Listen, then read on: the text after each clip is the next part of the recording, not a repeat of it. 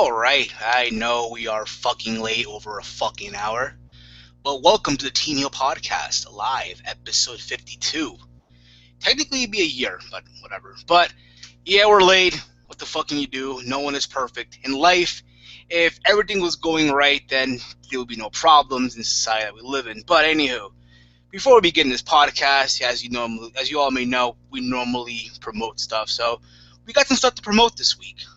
So a couple things. So let's begin with this. As we normally promote the Davey Boy Smith, the British Bulldog petition to get inducted into the WWE Hall of Fame.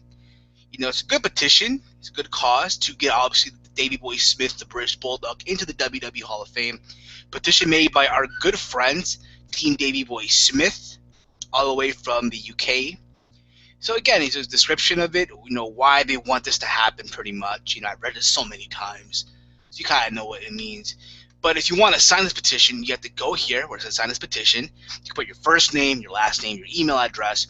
Now, your address is mandatory, but you don't have to necessarily put your real address. You can put a fake address. You can put the address of your local library, your address to, your local McDonald's, your grocery store, your girlfriend's address or your neighbor's address, and it's good to go. They won't call you. They won't even send you anything in return.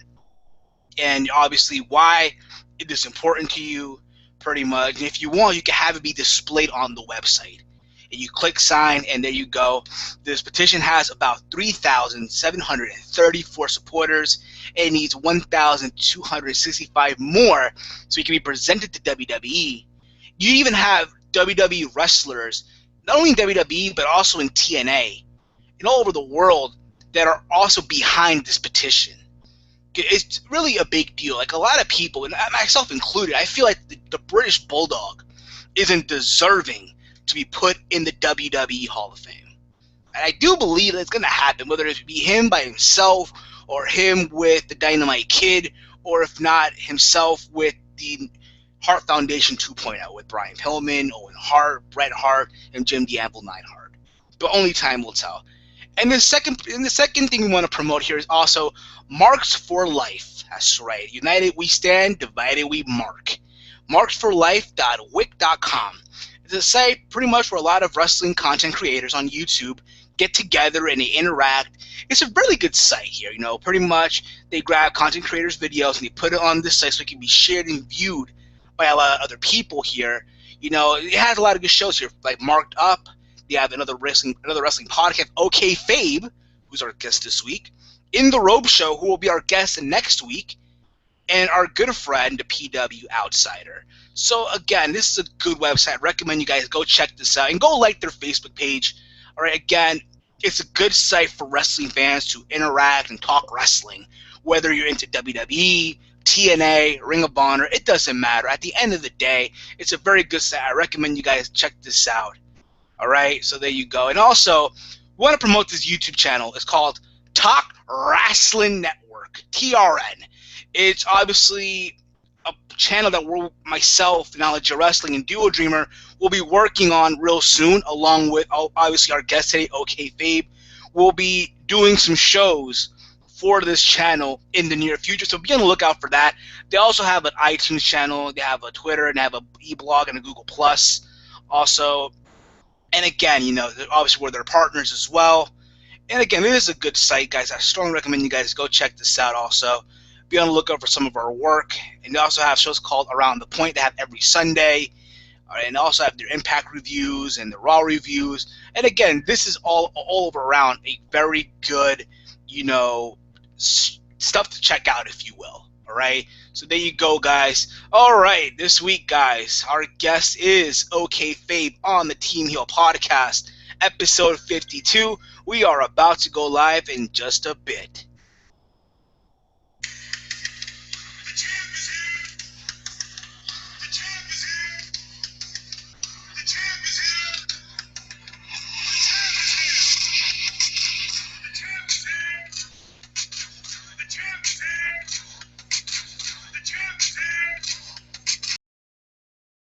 This week in the world of wrestling, a lot of things to talk about. But ladies and gentlemen, our guest this week. Hey, everybody, put your cams on. Everybody, put the cams on already. Our guest this week, ladies and gentlemen, is OkayFabe from the OkayFabe Show. What is up, Connor? How's it going? Thanks for having me. Anytime, man. That is none of your business. I can see you sipping on your iced tea. That's none of my business. It's none of my business. Exactly. That's none of my business. What? What? WWE? What? WWE does have more subscribers on the network. Well, that's none of my business. As always, guys, episode 52 live. Technically, it'd be a year. I'll be honest. I don't feel like it's been a year though. I don't feel like it has been though. You need to get a birthday cake. Come on now. We need yarmulkes and matzahs and okay now. But anywho, yeah, as always, I'm joined by Knowledge of Wrestling and Duo Dreamer 2K26. How's everybody been this week on this lovely? Well, it's now Saturday, but still, I mean, we would have done. What this. up, guys? What up? What up? We would have done this on Friday, 8 p.m. like we normally do. But things happen, I had to work, and obviously, when you work at a supermarket, like I do, and it's always the first of the month. Oh. It's the most annoying day. And I'll be honest, to my surprise, though, my job today was empty. Like, no one showed up today. Not the employee, but as far as customers, because also we had rain, and Duo Dreamer left. I don't know why. Hopefully he comes back in a bit. But yeah, first of the month is never a good thing. I mean, rent's due, other things happen, especially. It's never first of the month. My rent is due in a couple of days. $350, people. Shit's no joke. Yeah, shit's go hard when you live on your own. And your landlord is your mom? Fuck yeah. Oh. This is what happens when you decide to move out at 18 years old. Yeah. I learned my lesson. But you have your pride. Yep, I do. You're broke, but you have your pride. Yep, I'm like Ric Flair. I'm broke. I need the money. I need the money. File for bankruptcy. Oh, yeah. Just get yourself a Ric Flair scratch ticket. You'll do fine. Oh, yeah. I'll start doing escort services like Buff Bagwell and Ric Flair. Woo! Woo! And Duo Dreamer's back, ladies and gentlemen, on the TEAMHEEL podcast, live, episode 52. If you're on Twitter right now, you want to interact, use the hashtag TEAMHEEL to have discussions on what we're saying this week. And also like our Facebook page, facebook.com/GutCheckPodcast. Even though it's no longer TEAMHEEL Gut Check Podcast, we decided to take the Gut Check out. Pretty much, like the WWE, get the F out, get the Gut Check out. Pretty much. So yeah, Connor, OkayFabe. Yes. Like when we have all our guests, we always ask them the question, what got you into pro wrestling? What has gotten you, how did it all, because we feel like this, right? I feel like everyone has a story. And everyone's story is different. Mine was I started at 1 year old and all that. I'm sure you heard the story already, like everyone else did. And also, what got you into making videos? What did someone that you saw or something like, what? This guy's probably doing it, so it shouldn't be that hard. If they can do it, I can do it too. So I actually meant to do a video about this on my channel, but I just never actually got the time to sit down and do it. So I'll try and give the abridged version on this one right here. My story is interesting because I got into wrestling actually at a later age than most guys do. Most males usually get into it when they're 6 or younger than that. I got into it when I was 13, and it was completely by accident. Long story short, my mom works at a local hospital in Boston, and her job. Boston, wicked hot. And she was able to get these perks. She get these free tickets to numerous shows like Nutcracker, whatever. But and one of them for free was SmackDown. I had never watched wrestling. I knew The Rock and Austin. This is back in 2000. And I just went with my dad one time, watched it. I really didn't remember much of it, but I remembered it was obviously taped on a Tuesday and aired on a Thursday. So I kind of okay, and so Thursday I started to watch it to look for myself in the crowd and be like, oh, cool, it was on there. And I started watching the wrestlers and the action in the ring and the storylines. And okay, that's cool. That's how. Oh, there's this thing called Raw. Okay, and then it just completely snowballed from there. I got into it. I got into it at a late age, but I just completely got engulfed by it. Then I started watching old stuff from WCW, ECW, watching the old stuff from the 70s and the 60s, and just completely just like sucked me right in. As far as doing the YouTube videos, I did them back in like 20, I think it was like 2012, and essentially I was literally going through YouTube because I was really big into watching all sorts of YouTube videos, and I saw, hands down, the most absolute boring review of Raw I have ever seen in my life. Literally, this is exactly how it went. Hey guys, so I just watched Raw. Here's my thoughts on it. It was boring. This sucked. And it had like 100,000 views. How is that possible? I don't know. And I was just like, how is this person is getting this much attention for such a stupid, and I went, I could even do it better than, all right, I'll give it a shot. And that's pretty much how I just went and started with it. Interesting. You know, it's no secret, guys. Those of you who are wondering, you know, me, OkayFabe, and even Duo Dreamer, we go back. We go back since the UWC days. Actually, I went way back with Connor. Yeah. Way back. NAW for life. You remember. Good time. He used to run a wrestling fed. Connor used to run a wrestling fed called, is it NAW again? Yeah. Back in 2008, I ran a fed called New Alternative Wrestling. It was short-lived, but it was one of the most absolute fun times I've ever had in my life. Yeah, fun times. I was your tag team champion with Mac Madness, known as Team No Respect. Interesting. Longest reigning and defending tag team champions in NAW history. Yes. And technically we still are, in a way, because we pretty much unified them with the RWA tag team titles. So I think we're the last tag team champions for that fed. I think so. So you should do the angle. Yeah. And then if it weren't for you, we wouldn't know who 2KW were. Yeah, that was another interesting little thing. And actually, that was... We can't hear you. Hello? I hear Chris, but I can't hear Connor. OkayFabe. Connor. No. Ladies and gentlemen, we are experiencing technical difficulties, but it's okay. It's okay. Now try to unmute the mic. Connor, try to, hang up and try to get back on. Maybe that'll work too. But yeah, like we were saying, myself, Duo Dreamer, and OkayFabe, we go back since the UWC days. You know, what's what happened? You have some psychotic, crazy, delusional, maniacal individual trying to run a Facebook page, and the rest is history from there. You know what I mean? Better now? There you go. All right. We can hear you now. Yeah, there you go. There you go. But yeah, like we were talking, we go back all since the UWC. It's funny, how some crazy, delusional, maniacal individual tried to run a Facebook page and not put any work into it. Then he used YouTubers like ourselves, pretty much. Yeah.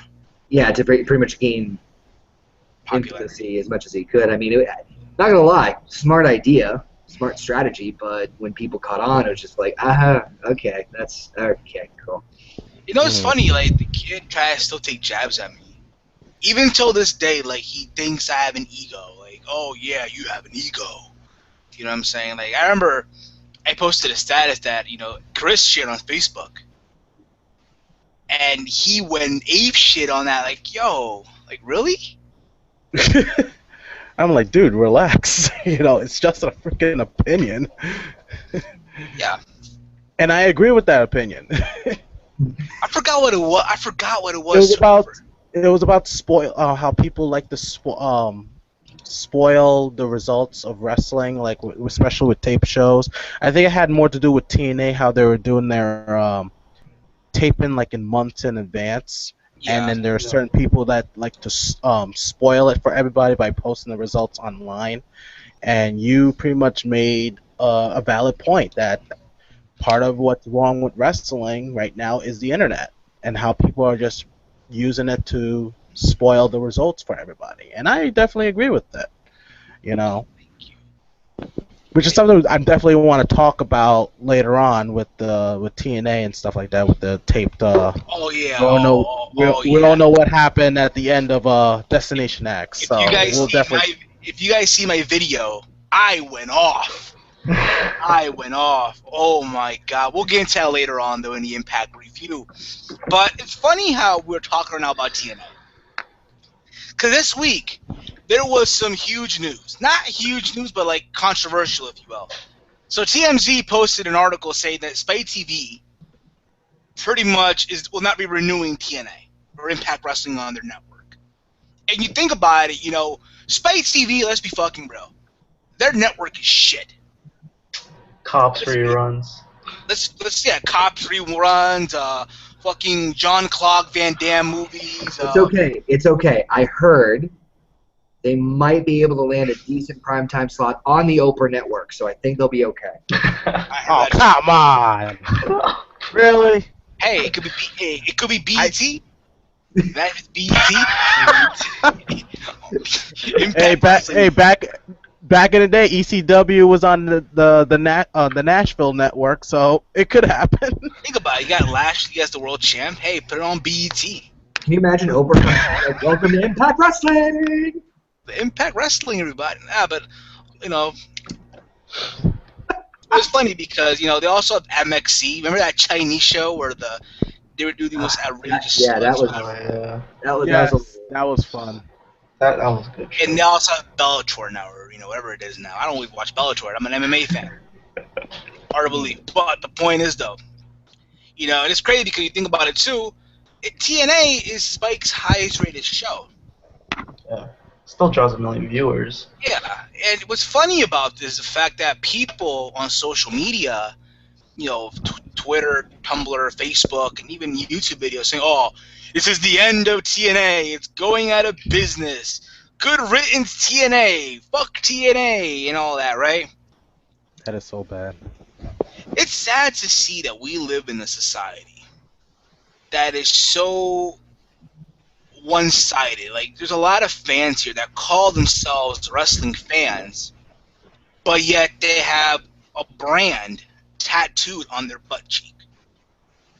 Right, they're never minded in terms of they're not exposed to, or not even allowing themselves to be exposed to other things out there like Ring of Honor, like Japan, like Mexico, like all these other ones.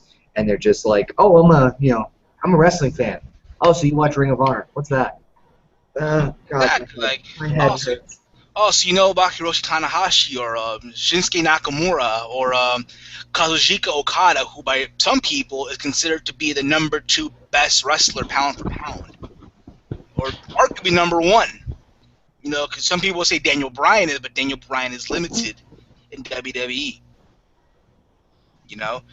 But Yep. again, it's sad, like how people are so sick in the mind, like they literally listen. I understand that you may not be a fan of TNA. You may not like what they do. That's fine. You are entitled to your opinion, right? But to say that you want a company to go out of business, how sick are you in your satanic mind? I think it's definitely a major, like, it's funny you mention that because I did see that at first where when the rumblings in the news of Spike TV, Impact falling out, it literally went from, oh, this is wow, that's pretty big news and that's a big deal, it's not good for TNA obviously, to, oh, FTNA, we want everyone to go out of business. It's like it's quite a leap you just quite a big leap you just took there. Yeah, and you call yourself a wrestling fan. Like, how does that even work? I mean, we all know that wrestling, in business in general, not just wrestling, we'll take it outside of the wrestling bubble, businesses in general always seem to perform better with competition, because in competition it forces them to up their game and produce a better product in business. And that's business 101. So in theory, even if TNA is not on the same level as WWE, both of them are going to strive to achieve better. Maybe more so TNA than WWE, but my point stays the same. And even if you're not a TNA fan, like Steven said, to go so far as to say, screw them, we want them out of business, I question whether or not they're true wrestling fans, only in the sense of, if you really want wrestling to strive, if you really want it to be better and really want the best out of it, it creates more platforms, more names, more wrestlers to get over and get out there. Exactly. That's what I'm saying. I think it was more. Go ahead. No, I'm all set. I'll give you an example too. Imagine, excuse me, I belched there. That when you finish an Inca Cola. Kind of sad now, but whatever. Excuse me. I was at dinner also before they started this pot. But the point is, though, can you imagine? I'll give you another example. Let's take this out of wrestling, right? And let's say we're talking about baseball, for example. Mind you, I don't even watch baseball, but I'm just doing an example there. And all you have are the Yankees and the Red Sox. That's it. Playing every game. You're going to get bored the fuck out of it. You're going to get fucking bored. Yep. That's why you need teams like the Cardinals or, the Mets or the fucking Texans or the Rangers. I don't watch baseball. You kind of get the idea where I'm going with this. Yeah. You need teams. You need competition. You know what I'm saying? Just like McDonald's needs Burger King or Wendy's or Checkers or, Jack in the Box. Just like Exxon needs, Shell or BP or, all these other guys. You kind of get where I'm trying to go with this, Now you just made me hungry with the Burger King thing, though. Damn it. Yo, guys, give me like 2 minutes. I'll be right back, all right? Guys, just carry on with me for a bit, all right? All right. Yeah. Cool. I just want to make also another point that I think also it might have to do with people's hatred for Dixie Carter, because for some reason a lot of wrestling fans hate Dixie Carter because she's very inexperienced with running a wrestling business. But let me ask you something. When any person who starts a wrestling business, do they have the experience at first? No. Like Vince McMahon, when he first took over his father's company, he didn't have the experience, but he built it up to the point where he became a master at it. I mean, we all been through that. You know what I mean? And for Dixie Carter, and yes, she was a financial backer. Now she's running things. And I would have thought that in time she would get smart enough with the business, but for some reason, wrestling fans today don't want to give her that chance. I do agree with you. I think that whether it's right or wrong, I think people have had a iffy opinion about Dixie Carter. Whether that's right or wrong is maybe just a matter of perception based off of whether it's the writing or business decisions or whatever the hell have you. They generally just had a uneasy feeling about Dixie. And I think also one of the things that really kind of sent it over the top was when they made her a more frequent on-screen character, couple that with the whole, I think the fallout with Jeff Jarrett and just the general, I think that, and again, I'm not saying that this is right or wrong, but I think that if you take all these minor, I don't say minor, but these instances that look bad in TNA over the course of whatever time frame, they all are going to funnel it in one direction, and that one direction is Dixie. So whether or not that's right or wrong is completely irrelevant, but I just think that, generally speaking, people's perception of Dixie are based off of, it's not just one thing, it's this plus this plus this. It doesn't necessarily mean that it's her fault, but ultimately, in a way, it is, because at the end of the day, it's still her company. Yeah, she runs the ship. Right. You're the ones that runs the ship, so in a way, yeah, it's kind of your fault in a way. Now, again, I don't hate Dixie Carter. I think, again, Dixie Carter, I think she means well. I think that she tries. I'll say that. But the problem is, again, when you do so many stupidities, over the years, like bringing in these old fossils. You know what I'm saying? Yeah. Guys that were nothing in WWE, and you try to make them something. and you try to and you have these guys overshadow your homegrown talent. And even AJ Styles said this on Jericho's podcast. Perception is reality. You know, when you had Rob Van Dam beat AJ Styles for the world title on that Impact episode, or when you had Kurt Angle beat Samoa Joe and end the undefeated streak. You know, there's so many things that they've done. Let's be honest. Listen, I'll watch TNA as a wrestling fan all you want, but the difference between me and some of these TNA diehards, I'm not gonna sit here and act like, oh, they've done everything right. Don't get it fucked up now. They've done some wrong. You know what I'm saying? And one of them also is Vince Russo. You know, because that was also one of the big effects, the reason why TNA decided to pull the plug. No pun intended, not renew. Let's rephrase it. Let's say it in a more proper way.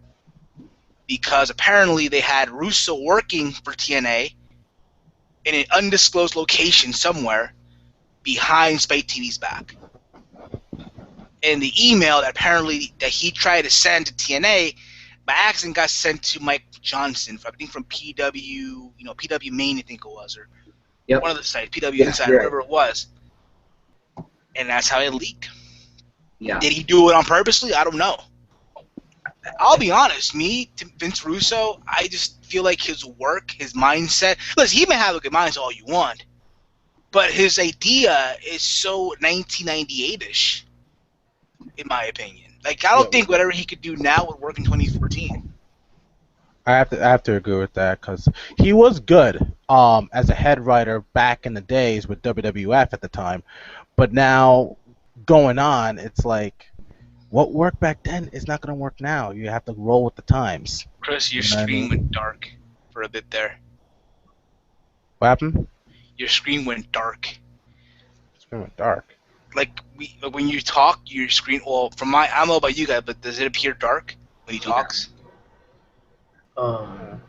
I don't see anything. Like, Chris, try to say something. I'm here. Hello? Maybe your cam froze. Yeah. Maybe your cam froze, yeah. Try to turn off your cam and turn it back on. Maybe that could work. Alright, hold on. Folks, we'd like to take this time to appreciate and thank you all for joining us here on Google+. Yes, Google Plus makes everything work beautifully, doesn't it? Yes. God darn it. I agree with both you guys. I think that the Vince Russo thing was, I think, the straw that broke the camel's back. But coupling on what you said about bringing in these old farts, too, you take a look at all the decisions, let's say, since Hogan came in, okay? So you brought in Hogan, you brought in Nash, you bring in Hall. I'm trying to think of all the other big names. You bring in Waltman, you bring in Bubba the Love Sponge. Oh, Jesus. You know, it's funny, too, because I was watching a video from a certain TNA hater, right? And I'm sure you guys heard of this channel, Wrestling Paradise 619. Yeah, I'm sure y'all heard the channel. Yeah. Right? They got a guy there. They got a guy there named Preston, right? And I'll be honest, I always thought the kid was African American. I didn't know he was white. Because I heard him the first time, right? And in the video, he picks his nose. I even took a screenshot of it. Oh, God. So you guys can laugh real quick. I don't give a fuck. Hey, I was gonna be on some fucked up shit and post it on Facebook. I did. Then I took it down. Like, you know what? I'm not gonna stoop to that level. You know what I mean? But I'll show you, the picture real quick. I'm not sure if you can see it or not, but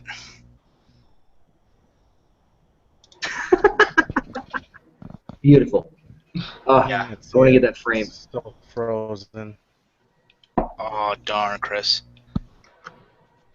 I love how Chris says, "Oh, it's frozen," and then it just cuts to you showing the picture. And if you guys watch this video, like, is there any woman out there that's gonna get their pussy wet by this kid's voice? Seriously, like, come on. Like, come on, son. I mean, there's a reason I'm sitting down. But, Like, Chris, I have an idea. Try to, hang up and come back on again, like Connor did a while back. It That works. could work, too. If you look, you can go back to the conversation. If you look at all the different things that happened in TNA from that time frame, they attempted to go on Monday Night Live. They didn't work. They cut now at the time people were upset and outraged for the most part at them switching from 6 to 4 sides. at the time. People got used to it and whatever have you, but that was another big uproar at the time. You know, doing all these different things like I'm trying to think of some other ones, like maybe the pay-per-view cutbacks. But there were so many radical changes that happened over the course of just a very short amount of time. I mean, Hogan came in at what, 2011-ish, right? Maybe 2010. Yeah. So I mean, January 4th, 2010. I remember that episode. so he just left at the end of 2013. So in those 3 years, so many things happened. 3-4 years, and then you look at like the plethora of talent that just left too. You know, AJ, Daniels, Sabin, Shelley. I mean, even though Sting and Hogan is questionable in terms of how much they could bring in the ring, from just a, you know, iconic standpoint in terms of, okay, hey, these are big stars. Now they're not there anymore. You couple all these different things that are going on that in most fans' eyes, and again I say most, looks negative. They're cutting back. We're going to go on tour. We're going to do Impact tours. And then now they're like cutting back on those as well too. It's like, you know, they take a month's worth in one shot, coupling on the whole spoilers thing. Thank you, Pepsi. And it just, I think that they just get a negative connotation, a negative taste in their mouth with Dixie when you see all these things. And I think also the thing with Jeff Jarrett too, when that whole fallout happened as well too, in terms of Jeff trying to buy it and her conditions and blah blah blah blah. So I think if you combined all those at once, I think that's the main reason why they have a negative. Absolutely. And I'll say this too. Like, listen, I think Dixie means well, but I still have zero faith in her. I have zero faith in her. I even went on record to say this on videos, even on social media. Like, I have zero faith in Dixie Carter. I just feel like her work has showed me that pretty much. I think she is not confident in her own abilities. And I feel like she needs someone to hold her by the hand and tell her, listen, this is what you could, this is what you should and should not do, which we'll get into what you should not do later on in this stream, which we will get into later on in the stream. I get this very weird feeling that she listens to way too many people, or more importantly, way too many of the wrong people. And I think that she's got too many, I think, and I don't know what goes on behind closed doors, so I'm just speculating. Like too many seven dwarfs, like, hey, do this, do this, do that, do that, do this. Listen, just stack 5 of them up, lay me down. But I just think that too many people are in her head and in her ear, and you got Al Snow, you got John Gaborik, you got fucking I will say Al Snow is one of the most brilliant minds in wrestling, though. I will say that. If you ever get a chance to watch, I'm a big fan of the guest booker series, the Shoot guest booker series they have on OkayFabe commentaries. I love that video series. He did one where he broke wrestling down to a science and made me look at it in a completely different limelight. Absolutely brilliant mind. So I wouldn't say he's one of those problems, but I'm just saying that maybe there's too many people getting in her ear, getting in her head, and in my opinion, she needs to take a gigantic back step from on air, as a talent, and from creative, and work solely on the financial aspects of it. Yeah, I think, again, you know, she means well, I can tell. Yeah. I just can't really, like, just fathom to, like, trust this woman after so many things have happened, you know? But again, I don't want it to go under. I don't. I really, really don't. I don't want this company to go under. No, because, again, like, what will happen to the boys and the women that put their necks on the line for entertainment? You know, it's not like, you know, oh, they can go to WWE. No. Yeah, I think we could go from there. Let's say, you know, God forbid, but, you know, let's just say, hypothetically speaking, right now, if they did go under, right? On, you know, whatever. Yeah, the only guy I can see going is probably Bobby Roode. James Storm. I'd say that you'd see a majority of. I'd say you'd probably see only less than 5 wrestlers. I'm not saying who. I don't know who, but I'd say maybe 5 of them would go to WWE. And I'm not talking ones that have been in WWE before, like Bully Ray or Kurt. But in terms of like original TNA talent, I'd see a majority of them either going to Ring of Honor or the Indies again, or just stopping altogether. And it's a shame because, and I've said this in my videos too, I took a break from watching wrestling for about a year, and I got back into Impact, and everyone was kind of like, oh, Impact's such a horrible product. However, even before the New York tapings, I felt... We were there. Yes, you were. I saw you and your enthusiasm and just all your glory. Right at like perfect seat. Where we did. Even before the New York taping, for 2 hours, I felt they delivered a better overall wrestling product than WWE. They had fewer matches, but they had matches that were given enough airtime to deliver what I thought was a solid wrestling match for TV, which normally you don't see. You don't see usual solid wrestling matches on TV. They come very far and few between, at least in WWE. And they had enough segment time where it wasn't overkill, rarely, but gave it enough to progress a story, progress a character, and they had a perfect balance of everything. And I had very little complaints, if any, about any of the impacts I've seen lately. And that's what kills me the most, is that you're going to take away that good of a product, or a product that's on the verge of being good again. Yeah, I agree with that. I agree. I even said it, because, you sent me a question, what can TNA improve in? And I said it too. You can't be going to these small ass, small town that are not wrestling towns. For example, you can't go to I'm gonna give you an example here. Spanktown, Mississippi, or lovely town. I'm just giving an example though. Little Mino, Arkansas. You can't be going to these little ass town that no one even knows. Go places like Baltimore, St. Louis, New York, Atlanta, where it is a wrestling town. Yeah. That's where you got to go. Excuse me again. Yeah, they need to hit more. And ultimately, it's going to help them too, because that's what they're promoting. They're not promoting themselves as entertainment like WWE. They're promoting themselves as a wrestling company. So, ergo, if you're going to do that, then go to the towns that like your product. Business 101 again. But Nashville again, or go back to the Asylum. I'll be open to going back to the Asylum. I'll be open to that. Yeah, I wouldn't mind that either. I mean, it would be a much smaller venue, obviously, but they should also avoid baseball stadiums. Yeah, avoid baseball stadiums. They really have to avoid that. Good idea at the time, but not for them right now. Yeah, not for them. I'm sorry. Baseball, soccer stadium, baseball. No, not even a park. Not even a park.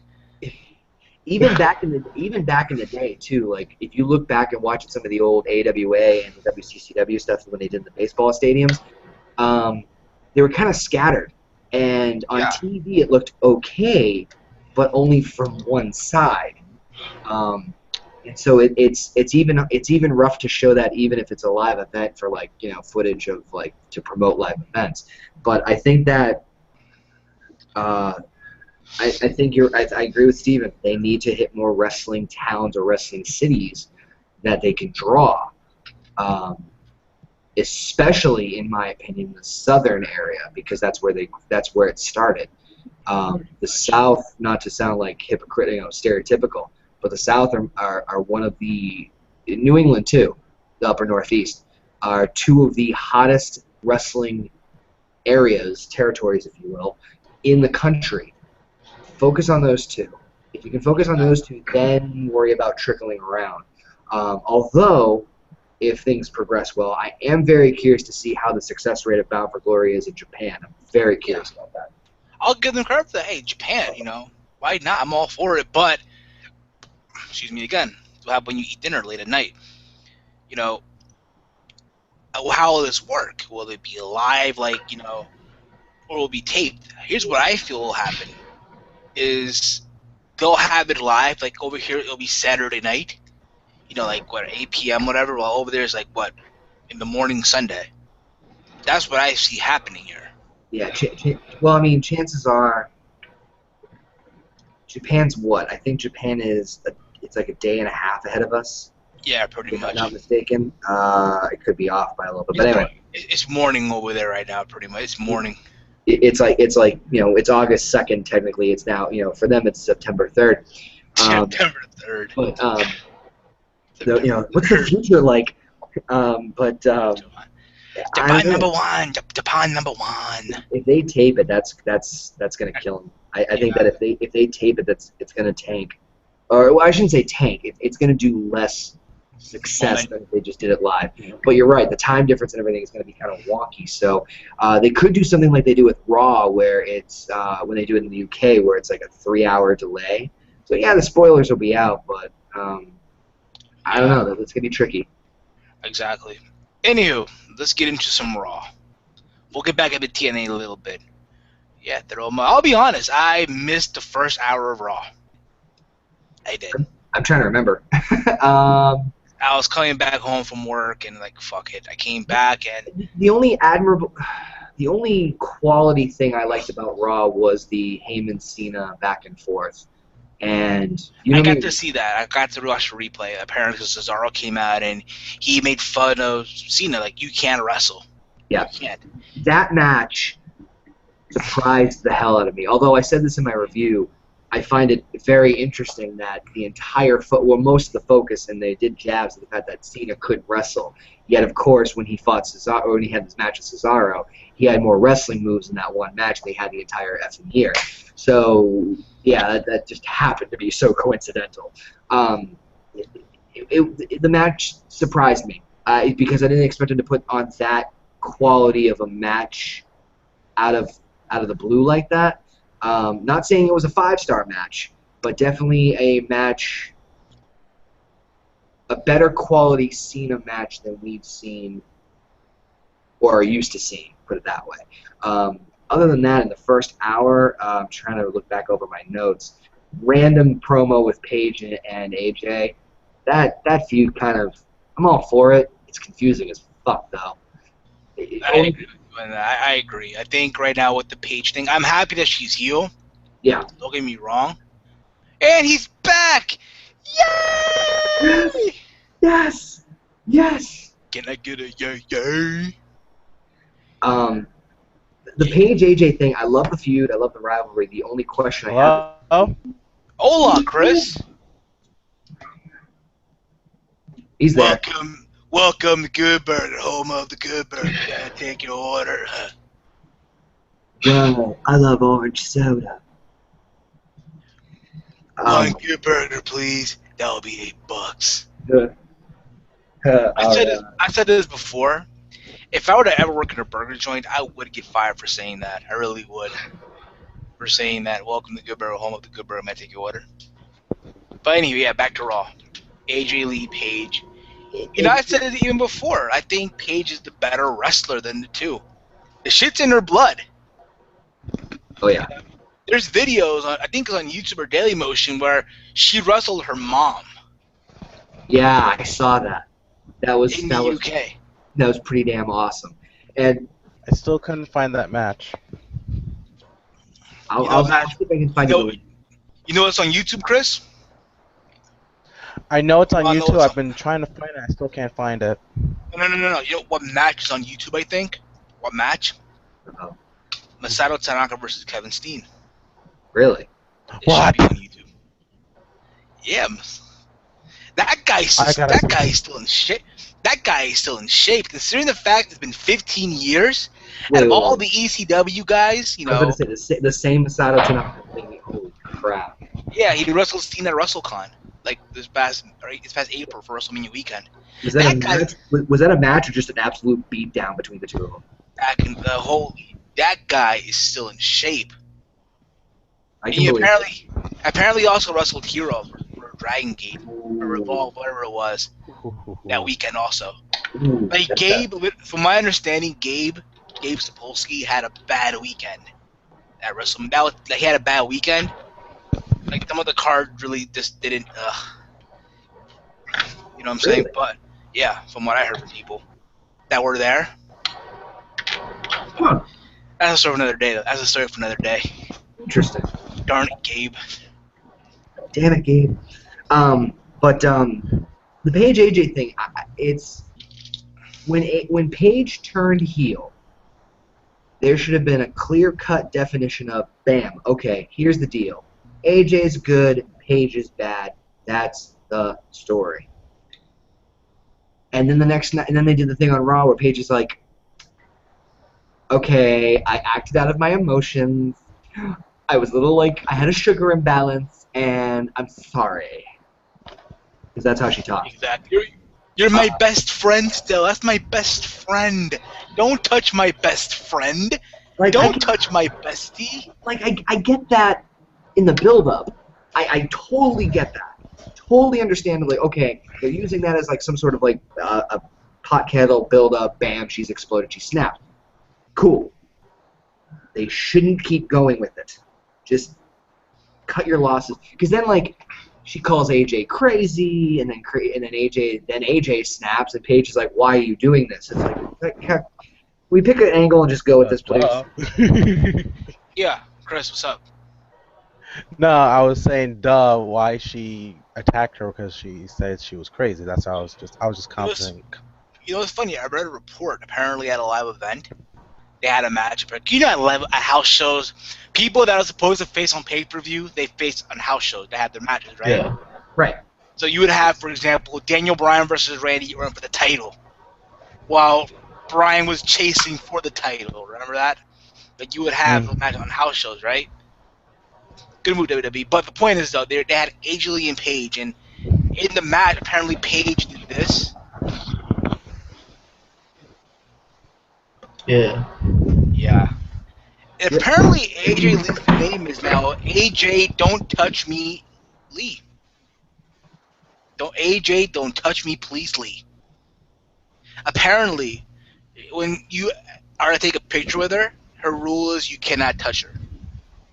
Or put your arm around her, nothing. You have to like literally stand there, take just side by side, and just a picture, pretty much. And it's funny. I would take a punch just to like go like if she's standing right here next to me, you just go like hat and then just get punched. I would take that. You know, it's funny too, right? Someone puts on Instagram. Apparently, they took a picture with her during WrestleMania weekend, and apparently, you know, he said on Instagram, "Oh, AJ Lee told me I couldn't touch her." But it's funny today on SmackDown. I didn't watch SmackDown, but I watched the clip on YouTube, whatever. Paige pushes her off the stage, right? And she's laying there on the ground, and you see security guard, like people, like personnel, grabbing her, like checking on her. It's funny, like AJ, don't touch me, please, Lee. You got people touching you. It's funny as hell. Like, yo, I should have been a meme out of that. Breezers. Like, all these guys is touching her. She's lying there. Chris, I just gave you an idea, didn't I? If I get that clip, I'll definitely do it. It's up on WWE's YouTube, so I'm sure you can find it. Exactly. Oh yeah. Also, we had the return of an old rivalry, Stephanie McMahon and Chris Jericho. Apparently, Stephanie was at rings. Stephanie and Triple H were in the ring. They were supposed to call out Brie Bella to settle this whole thing, and out comes Jericho. And I'll be honest, it felt like 1999 for me. Yes. In a good way, and also in a bad way. Like, you know. It's funny. As soon as that happened, I put on Twitter, feels like 1999 all over again. Pretty much, yeah. But now they're more mature now. You know, Jericho has short hair. You know, he has kids now. He's married, and you know. And balding.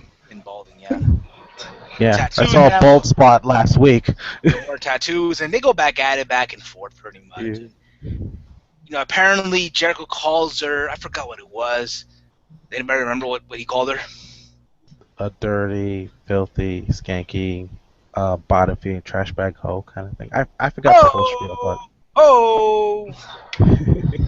Oh, yeah.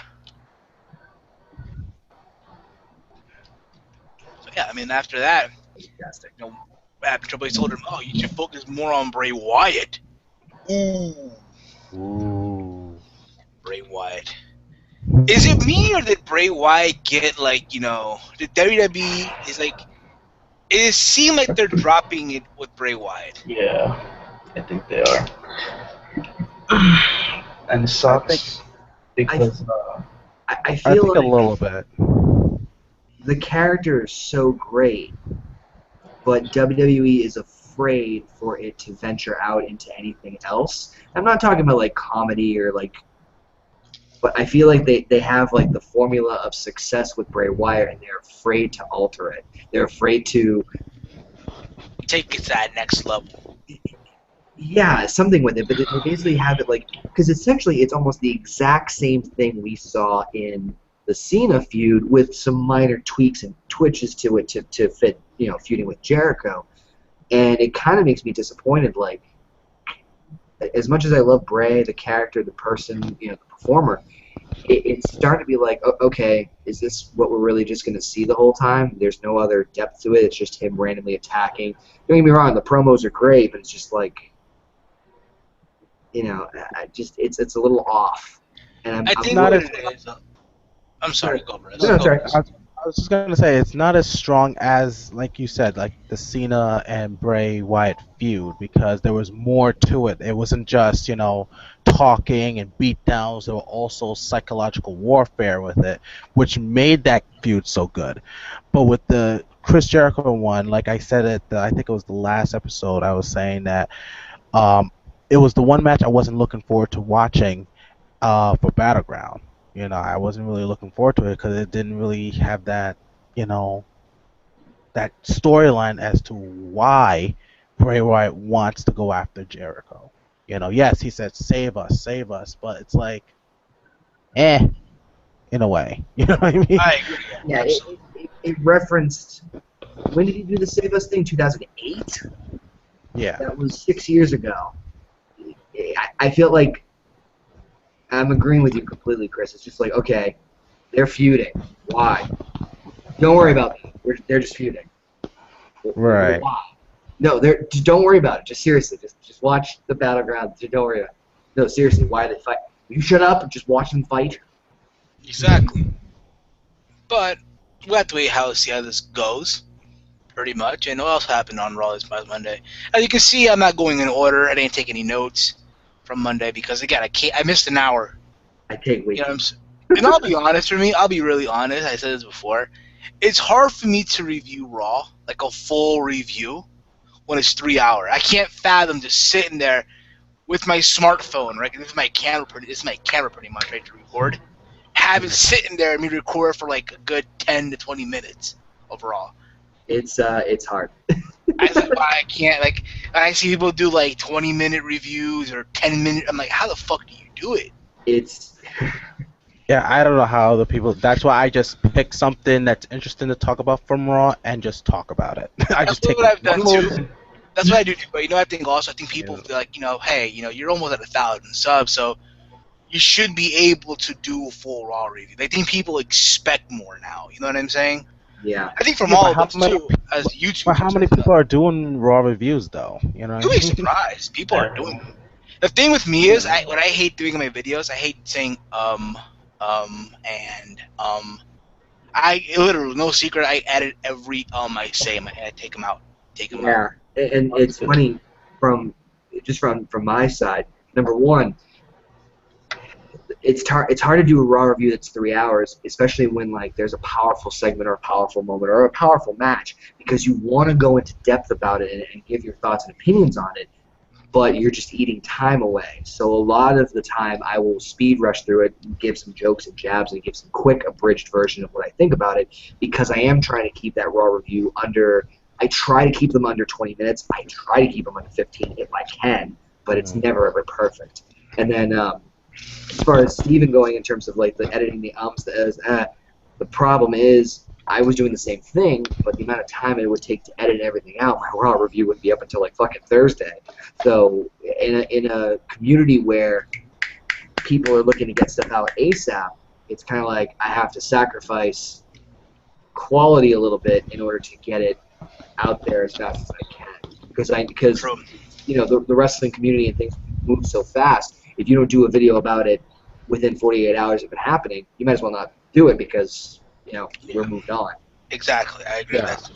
I do the Oh, same thing too with my videos. I just, most of them I don't have any of my logos on it, but there's some where I feel like if it's a really good topic, I want to make sure it's my own, and I just put on my logos and stuff and edit whatever I need to edit. But I agree. but like Connor said, the wrestling community, especially on the internet, does run a lot really fast, and sometimes you have to get your shit in as soon as possible, or it just Yeah, wouldn't matter. absolutely. Of course. Also on Raw, we had Fandango versus Diego. Hey, Or Fernando. Who cares? But he's one it's of the two. Diego. Yeah, Diego. Fernando got injured. Yeah, so Epic or Primo. I don't know. But anywho, whatever. Point is, though, in this match, everyone's beating Fandango.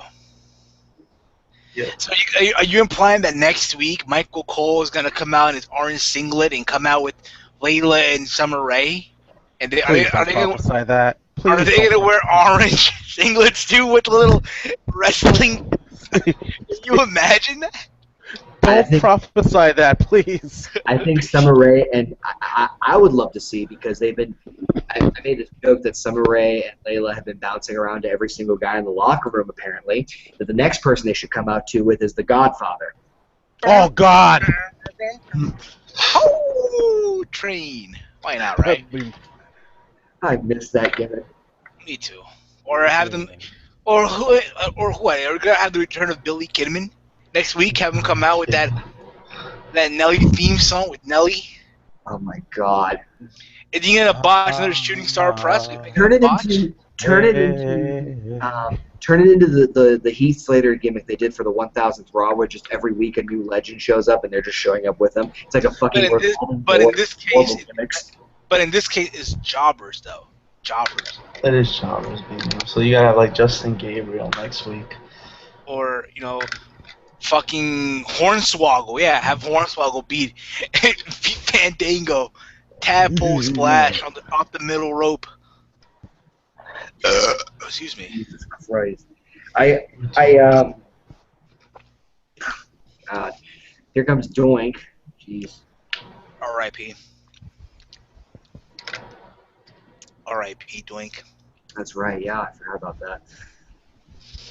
And yeah, and apparently Diego beat Fandango, and Summer Rae and Layla were dressed up as Matadoras, and the Bull had his way. I think that's technically reality. I mean, honestly, like, what's next? I mean, seriously, what the fuck has Fandango done? Like, seriously. It's somebody else. I just think they just have nothing for him to do, Yeah, and just at least he's getting TV time. If it wasn't for this, he'd probably superstars or something. They're just trying to find himself. Cause, do you feel that his gimmick is getting a little bit stale? A little bit. Like, what do you guys? Yeah. I think what happened was his concussion really fucked him over. Yeah, he could have won the IC title. Yeah, I think that you see that a lot where, like, you get a gimmick that is tolerable, it's decent, and and they do, WWE does it obviously with everybody, almost everybody who debuts. They get a good chunk of momentum, you give them a good rivalry, you give them a few this and that, and you give them valuable airtime in that, and for whatever reason, something comes along, whether it's a performer, an injury, or whatever happened, and completely slows down or completely stops their momentum whatsoever. And I think with Fandango, it was his injury, and then when he came back, they really didn't make it that big of a deal as much. They didn't portray him as big of a deal as he was when he came in. I mean, let's remember, folks, Fandango fought Jericho at WrestleMania 29. We were there. Exactly.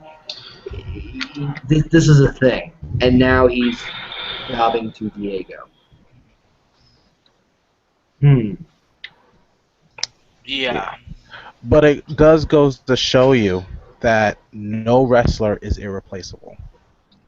You know what I mean? And that's something that And that's what that fans need to understand. Like, if one wrestler gets injured that had a push, then they have to move on to the next person, and then when that person comes back, there's a chance that that person might not get that spot again. You know what I mean? Absolutely. Oh, absolutely.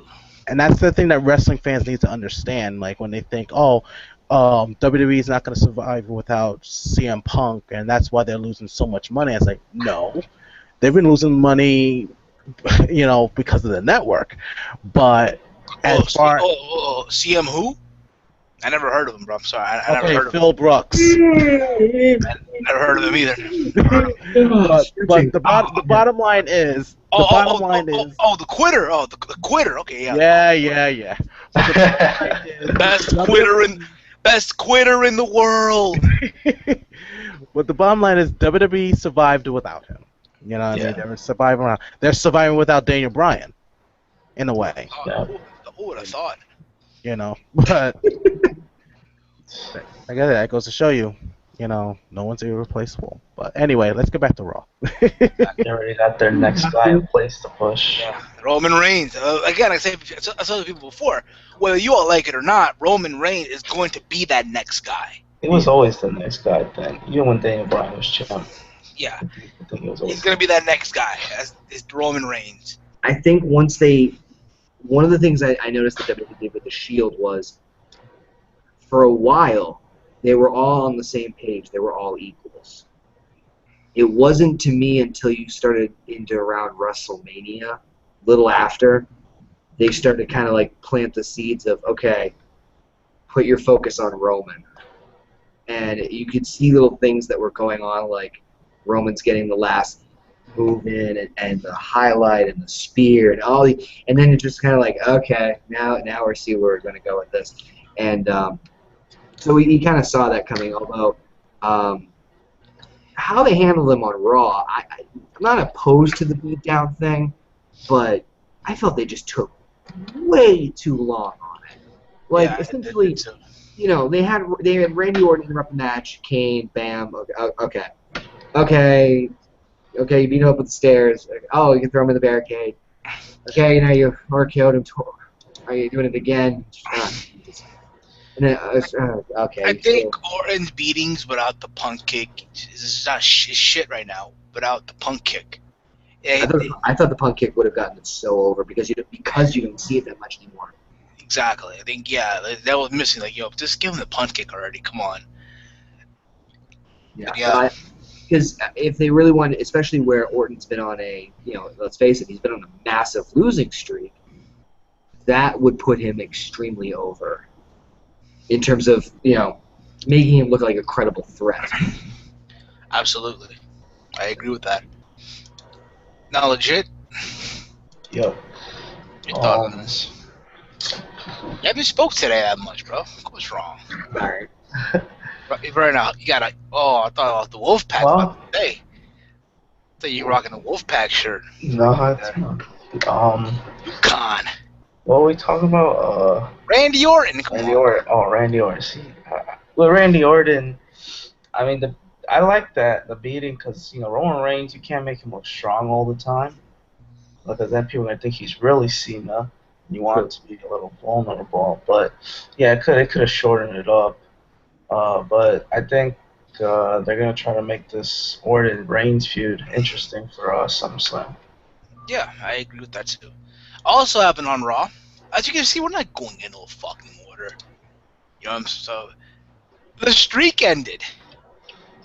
The greatest streak in all of sports entertainment has ended. And listen, I'm happy with it in the sense of, okay, if Bo Dallas has finally lost the match, if it means we're going to see him now more serious, then so be it. I just didn't think it should have been to R-Truth. Yeah, maybe they were just looking for the initial shock value, but first off, I love the Bo Dallas character. But you're right. I think there's got to be a time that, okay, the humor in this and the nostalgia of it is, okay, now let's get real here. If you really want to get going, let's start making you look more serious and more like a credible threat. And I love the victory lap thing. I love the thumbs up. I think just everything about it is just hilarious. But we need to start seeing that mean streak, especially if, in theory, he's supposed to be a heel. He hasn't really done too much heelish things other than being annoying. No, seriously. If you look at it, I think maybe one. No, I think there's like one match or one moment in his entire since the characters come out that he's done something heelish. Other than that, he's just been absolutely annoying or entertaining, whichever way you want to look at it. So I think that this turn, if you even want to call it a turn, will help show more of that aggressive nature and actually get him to be hated rather than just kind of like, shut up for being so annoying. Absolutely. I think Bo Dallas, they should have his streak should have ended by R-Truth. I mean, they had something good going on, and you just end like that. Imagine, I think, in fact, he should have got a title shot while the streak was going on, and like an icy title shot. And that would create suspenses. Bo Dallas is gonna win the title and stuff like that. But I guess now we're gonna see a more aggressive side. But I don't know. We're gonna have to wait and see how this plays out. Exactly. I just felt like it shouldn't have been R-Truth. Yeah, it's just random. I would have loved to have seen with the IC title. I think he should have won it. I thought he should have won that battle. Royal. I had a couple people comment to me and said, "No, why would Bo Dallas win?" I said, "Look at it this way." I said, "You know how annoying he is now? Can you imagine him trying to inspire people while rubbing the IC title in somebody's face? Perfect launch as a heel. Perfect." You know what I was saying too, a while back also? His finisher is the Bulldog, which is pretty much a Bulldog off the turnbuckle, right? But to be honest, that has to be the most shittiest finisher in all wrestling right now. I think his finisher should have been a submission move. While he has someone in the hold, he should tell them not to quit, don't motivate them not to quit, not to tap out. But in regard, at the end, they obviously submit, they quit, they tap out. I like that idea. Maybe you could last longer if you just believe. I like that. That's actually a genius idea. Yeah, but for sure, they gave him the Bulldog. Like Bulldog. It's funny because someone said in the I think they commented whatever, I think it was on Twitter or whatever it was, when he beat El Torito, he actually bulldog a bull. By the way, JBL doing commentary during any Bo Dallas match is genius. So good. There's the greatest streak in all of entertainment right now. There's one time he's like, shut up, Michael, he's concentrating. Like, just like the ridiculousness he comes up with is fantastic. God, I love him on commentary. I think we all do. Bo Dallas, man. You gotta believe, man. Believe. Must believe. Believe! The victory lap, everything. Also on Raw, I want to mention this too. Well, actually, I want to throw this out to you guys, actually. So what do you guys think? I'm sure you probably talked about this already, but I want to get your opinions on Stardust.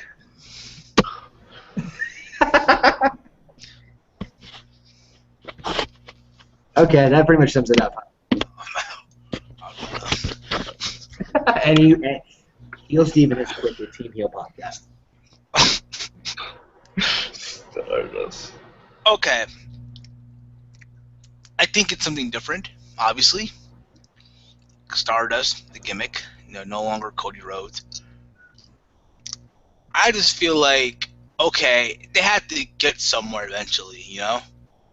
Something needs to actually happen now, okay? I'm tired of these random vignettes, Like, who cares? No, it's entertaining, but I think we'll get somewhere. When they were like this past Monday, they were talking about the Cosmic Key. So I think it's just the tag team titles, and eventually they're gonna challenge the Usos. Do we see them beating the Usos? I don't know if they will. Probably not. To my understanding, from the reports that I've read, the Ascension from NXT, they're going to be ascending to the main roster. No pun intended. Yeah, I heard the same thing. They'll be ascending to the main roster to take on the Usos. do you think that maybe they're not fighting the Usos? Maybe they are fighting the Dusts. Could be. You know, it's funny, right? Someone said, all they need now is Dusty Rhodes. Come out as old Dust. Dusty Rhodes. Put a fucking thing right here on the patch. Put some dust, put some silver on the patch. Oh my God. On that boil thing on his stomach. Put some fucking silver or whatever it is. And call him old Dust. Or have Eden, his wife, come out and be like, Foxy Dust. I don't know. I saw an image that, and I shouldn't make fun of him for this, but I saw an image that I just thought it was comical. And so it showed a picture of Goldust and said Goldust. And it showed a picture of Stardust and said Stardust. And then it showed a picture of Jeff Hardy and it said Angel Dust. Angel Dust. Damn. Like, Burn. Yeah, I was like, Hey, Chris is back. And now, let's talk about the final segment of Raw. Yeah, that's out of nowhere. Let's be honest here. If you would have told me hours before Raw went on the air that Brie Bella, a Bella twin, was going to have the final segment of Raw, I would have laughed at you. I literally, dead ass, if you would have told me that a Bella twin was going to have the final segment of Raw, I would have said this. Oh, that's messed up. For real. Steven would literally get an audience of 20 people just to do that one bit live. I thought, I was expecting this. I was expecting that. Because let's be honest, Brie Bella does not have the proper acting skills. You know what I mean? So no, but I think that, but I think they put so much time, effort, and investment in the feud that, I mean, I'm surprised they gave it the last segment of Raw. I didn't think they would. I thought they would have given something with Cena or even something at least with Brock, the main segment. But yeah, it just I think that people are like anticipating it and wanting, and more importantly, I think people are just wanting a decent, like solid, well built up female feud in general. They were kind of waiting to pull the trigger, so I think that's why I got the reaction. Yeah, I agree with that. So, and it's funny because you have Stephanie in the ring, and she's wanting Brie to come out, right? And mind you, she's fired, right? She's fired, right? Supposedly, storyline-wise, right? Yep. KayFabe. And I feel like they botched her entrance. Like, you have her walk out through the crowd, right, with security and lawyers, right? But at the same time, you play her theme song. Yeah, I did not get that whatsoever. It's just like, here's Brie, hear the music, and like she's coming through the crowd. It's like. And they cue the camera with Brie, and then bam, to the Titantron, and back to be like, what the fuck? Yeah, it's like, yeah. Because the one thing I loved, the one thing I loved they did the week before was how, and I know it's obviously a staged thing, but I loved how realistic they made the arrest look, or at least tried to make it as realistic as they could. You know, and yeah, so that kind of counteracted it a little bit. So. I agree with that. I really. And also, what you had also in the situation was, okay, so Bree and Steph are in the ring, and Steph wants her to just drop all the charges, right? Especially the slap.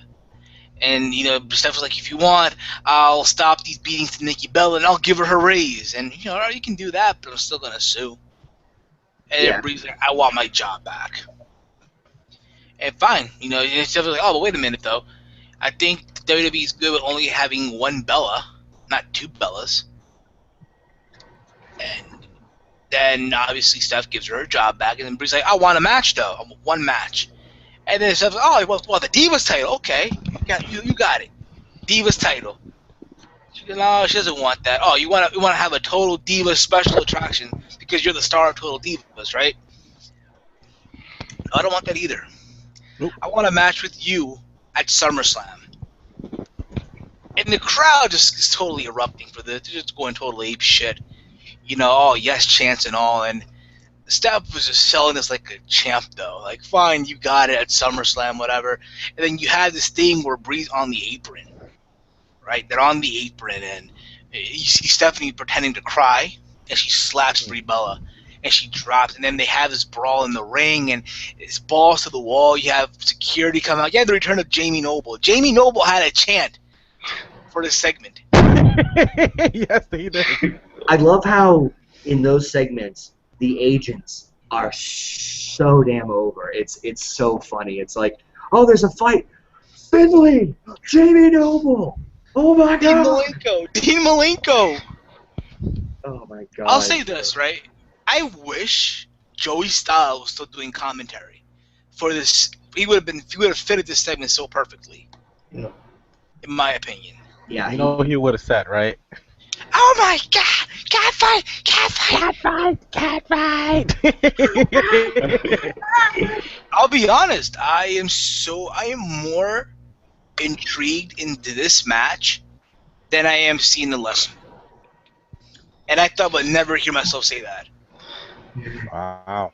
I mean, because here's the thing. Most of us know, I think, generally where they're going to go with the Cena Lesnar thing.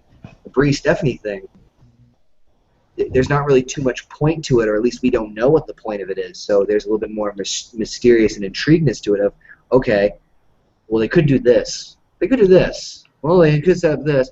And so, like, Yeah. there's more. You guys can hear me, right? Yep. Yeah, we All can. right, cool. There's more mystery in terms of, okay, well, they could do this to build up Stephanie, or they could do this to build up Brie for a rematch, but we don't know. And I think that's more importantly of, okay, yeah, we know they're doing this match for this and that, and, so the unpredictability, I think, is what one of the big things that this is getting as much, attention and is so good as it is. So. Absolutely, yeah. And especially And that the was- fact that... Oh, go ahead. I'm sorry. Go ahead. No, and especially the fact that people want to see Stephanie McMahon get her ass kicked, pretty much. And I think that's what people want to see, And I think that's why, I guess, when they decide to put that at the end of Raw, that's what the people wanted to see. They wanted to see her, Stephanie McMahon get her, trying to say the right word, someone to put her in her place, pretty much. Oh, yeah. And they got the chance. They got that last week. We saw that, and people went apeshit. I forgot which pay-per-view it was, but when Brie Bella slapped her in the face, and that got a huge pop. Yep. I'm just not up to use the bathroom. Okay. It's okay. And that got a huge pop. And I think what's gonna get this match over at SummerSlam is just seeing Stephanie McMahon get her ass kicked by Brie Bella, and that's what people want to see. I think win or lose, it doesn't matter. They just want her to get someone to put her in her place finally.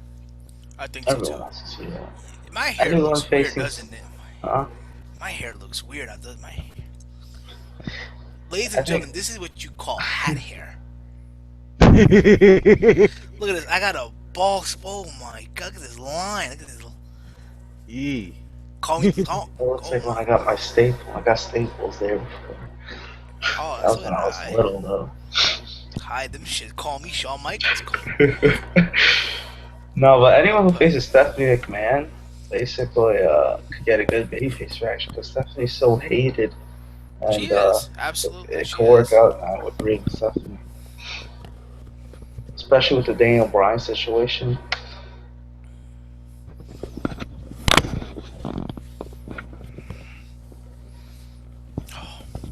There is a possibility. There's a possibility that Dan Bryan might be at her side at SummerSlam. We don't Yeah. know. I think he should be somewhat involved. Yeah. I know. You're gonna watch her back just in case anyone Yep. want to do some shenanigans and stuff. I know. I wouldn't be surprised also if we see a Nikki Bella heel turn. Yeah, that's A wrong. lot of people are saying that. I don't think they should do that. I don't think I so know. either. You know what they shouldn't do? And you're like a professional wrestling company. We'll get to this later, but they shouldn't. We're gonna just hint it right now. You know, if you have an angle that you've been building up for months and months and months, you don't spoil a clip at the ending of a show. You just don't do that. But we'll wait for that later on, though. We'll get into that later on, though. But anywho, in other news, the WWE Network had the WWE had a conference call, pretty much announced the update on the WWE Network, and I think the number they had before of subscribers was 600 something thousand that people have subscribed on the network, and obviously their goal is 1 million by the end of the year, right? They said 700,000, but they lost 10,000. That's what they have now, 700,000 subscribers. No, they lost 10,000 now. So there you go. It's 690 and it's only 700, but that's not enough for them. Yeah, I know. Wow. I feel like personally they shot themselves in the foot when they said, "Oh, we're gonna reach 1 million subscribers on the WWE Network." And apparently, also they announced that the UK, Europe, will be getting the network starting in October. Well, it's earlier than they projected it to be. You know what I think they should do also? I think I said it before, and I'll say it again anyway.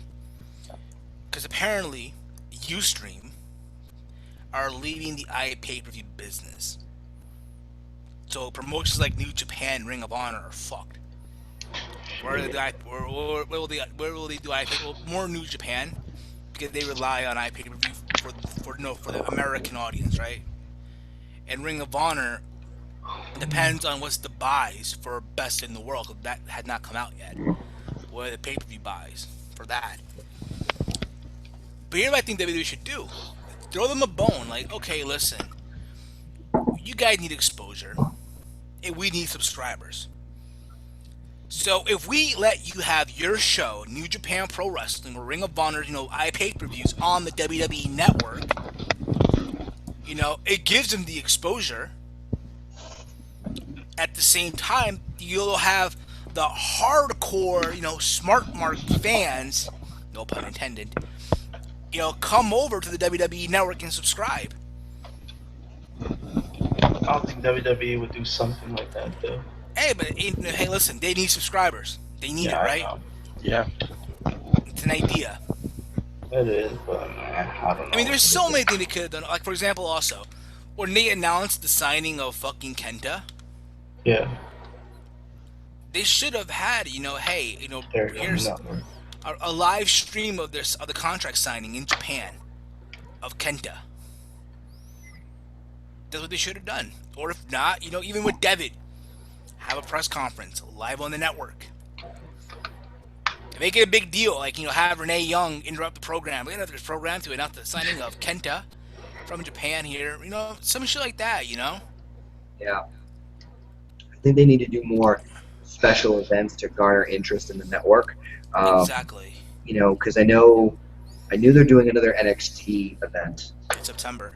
Yep, September. I'm all favorite for it. I'll tell you this right now. I think right now NXT's on a fucking roll. Oh yeah. Oh, big time.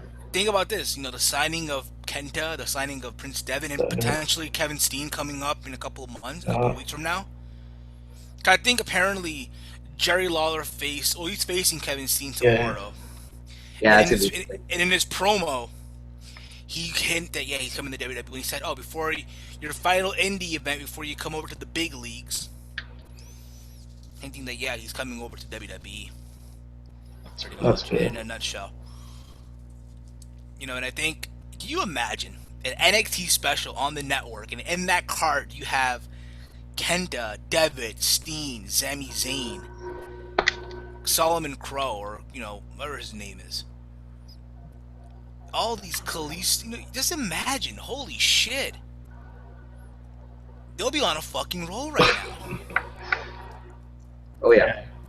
They'll be on a roll. I think that also too, just in general, I watched. I haven't watched as much NXT as I'd like to have, but the times I did, it felt like I want to kind of put my foot in my mouth here, but in terms of the vibe of an old school, I guess SmackDown, not like Attitude Era-esque, but like smoothness of the product, great in-ring ability, just overall well balanced. It felt like a better. I don't know. It felt like it was a better show from top to bottom. Like I said, like I was talking about in terms of the impact compared to like the impact and stuff like that too. Again, I think, and I'll say this right now, a part of me wishes, because let's be honest, if you watch NXT, you know that the talent there, they're able to do what they want. It's like an indie before going to the main roster, pretty much. Yes. They let you go balls to the wall, and the reason why is because you don't have Vince McMahon and Kevin Dunn influencing the product in NXT. That's all Triple H's baby right there. That's Triple H's baby. You know?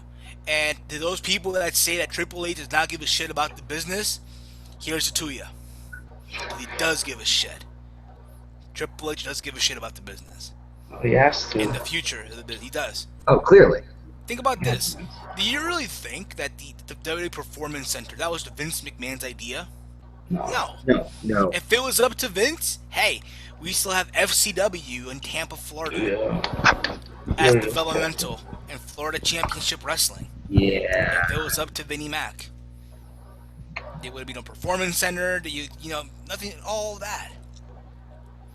So again, I think if you have Steen, you have Sami Zayn, you have David, you have Kenta, all on NXT for a live event, holy shit.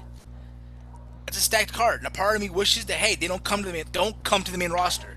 Because you're going to get really watered down once you come to the main roster. That's reality. People say, oh, they get watered down in NXT. Bullshit. No way. You get watered down in in the main roster. Perfect example. Look at fucking what's his name? Paige. Yeah, what's her name? Paige. Emma. Summer Rae. Yes. Gosh.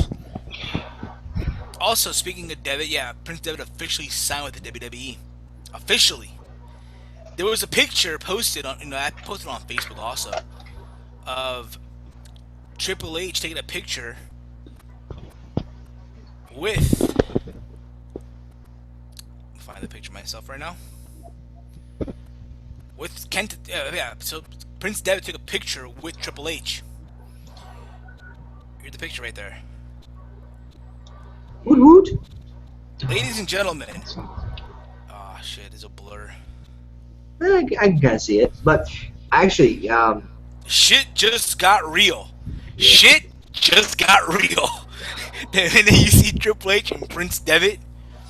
And what we were saying also, when we're off the air, it's funny how a lot of people are so excited that Prince Devitt signed to WWE, but yet half of these people that are saying this never even heard of Prince Devitt, never even watched any of his New Japan matches or his matches in the Indies, in Europe or in America.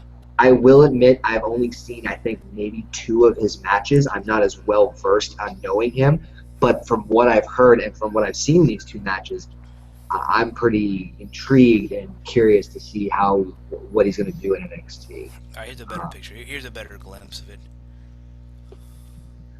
There we go. Ladies and gentlemen, shit just got real. Shit just got real, yo. Now here's another interesting. I wanted to throw this out to all you guys. So WWE has been pretty much scooping up a lot of top indie talent. You got Steen, you got Devitt, you got Kevin. Let's say that Ring of Honor guys are, in theory, and TNA. Let's say Ring of Honor and TNA are off limits; they can't be touched. Who do you think WWE should try to grab next? That's a big indie star next. It doesn't have to be anywhere. Say that one more time. I couldn't hear that final part. I just said it doesn't have to be in just the States. It just can be anywhere. Okay. You said Ring of Honor, right? They can't be touched for Ring of Honor. Okay. I would say Johnny Gargano. Brian Cage. Who else here?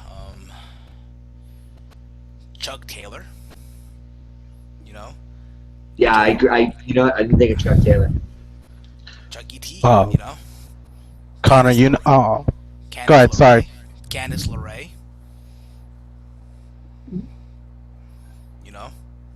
Yep. There's names out there now.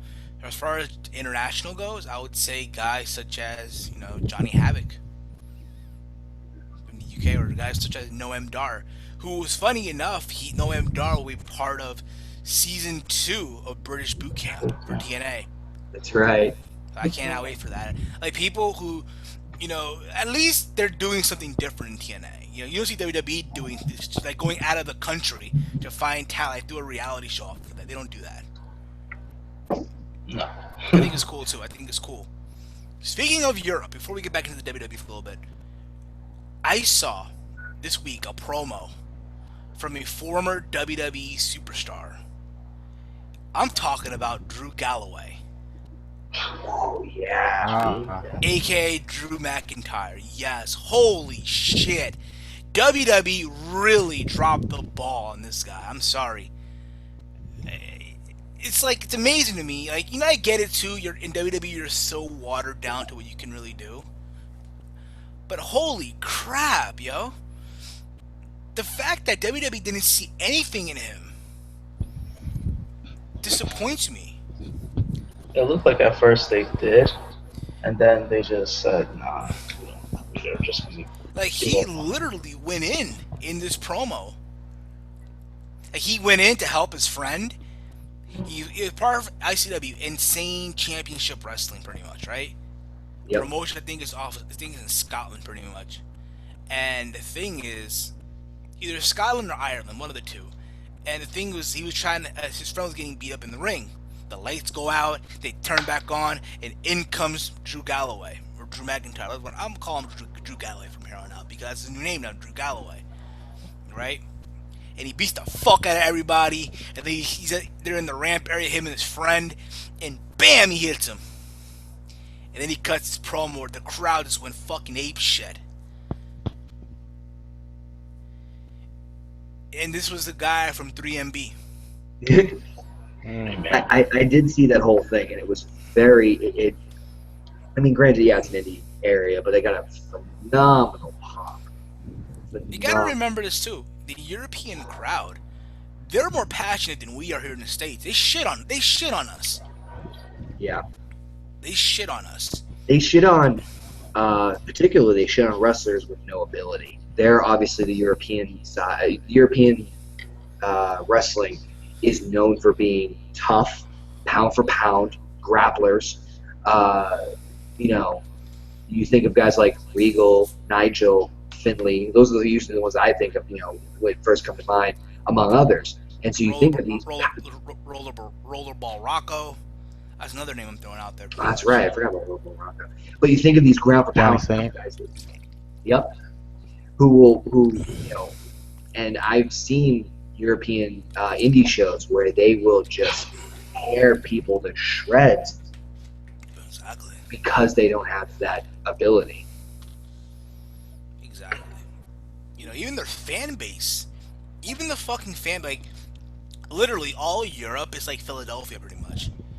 The most violent riot crowd you'll ever go to. I'll be honest, I really want to go to before I die, I'm going to Europe for a wrestling show. I'm going to the UK for a wrestling show. I just have to. Whether it's Southside or Crescent City Wrestling, I'm going to one of these two shows. It'll be me and Gavin and some other guys from the UK. Call it the Team Heel UK tour. Nice. Team Heel UK tour. I like that. We got the bus. We got the fucking, the tour bus. A lot of fun stuff. Let's just steal a school bus and just spray paint it. Word. All for it. NWO DX. Nice. There's just random wrestling stuff on it, just like... Can we get a double decker bus? Ooh. I've always wanted to ride one of those. But yeah, guys, when you see this picture right here, when you see Triple H's face right there, that's a stamp of approval right there. Like, yep, he's best for business right here. This is the look of an A+ player right here, ladies and gentlemen. Yeah. This is the look of an A+ player. The future of the WWE. And he looks better in the suit than I do. He's the real rock and roller, Prince Devitt. It looks like his sledgehammer is already hard for him. So. Oh yeah, fuck yeah. Oh. That sledgehammer already. He's like, oh, then again, I better make sure he doesn't fuck my wife. Face, yeah, you better not fuck my wife. You know, it's funny, right? When Seth went to jail, right, on Monday Night Raw, right? I was like, it's Miami, right? Miami is known for the state where, you know, all the drug dealers from all over the world, when they go to jail, they go to Florida, Miami, pretty much, right? Where DEA is pretty much at, right? So I'm like, oh, she's probably in a cell now with the Colombian cartel, the Mexican cartel. You know, I said, I actually tweeted this, and I said this in my review. I said, oh, Steffi's got arrested. I said, shit, someone always gets arrested at the Flo Rida concert. Yep. So yeah, also, what happened on... So yeah, I mean, with David coming to WWE, I can't wait, but again, go back to what I was saying. It's funny how people want to act like they knew all about him because he signed with WWE. But again, IWC Logic 101. I guarantee... Ow, up my tongue. I guarantee you, if David would have signed with TNA, oh my god, Prince David sucks, man. I don't know who the fuck he is. I never heard of him. Oh no. New Japan, what? Oh, I don't know what. No. But he was a IWGP Junior Heavyweight Champion. Oh, I don't know about that belt. Fuck that belt. They just pretty much want to join the bandwagon. Yeah. That's the logic, though. That's the logic. The bandwagon's comfy, I will say that. Yeah, it's comfy. I heard they got complimentary RC Cola and Oots potato chips. I'll be honest with you. I've heard of him. I've never seen a match of his.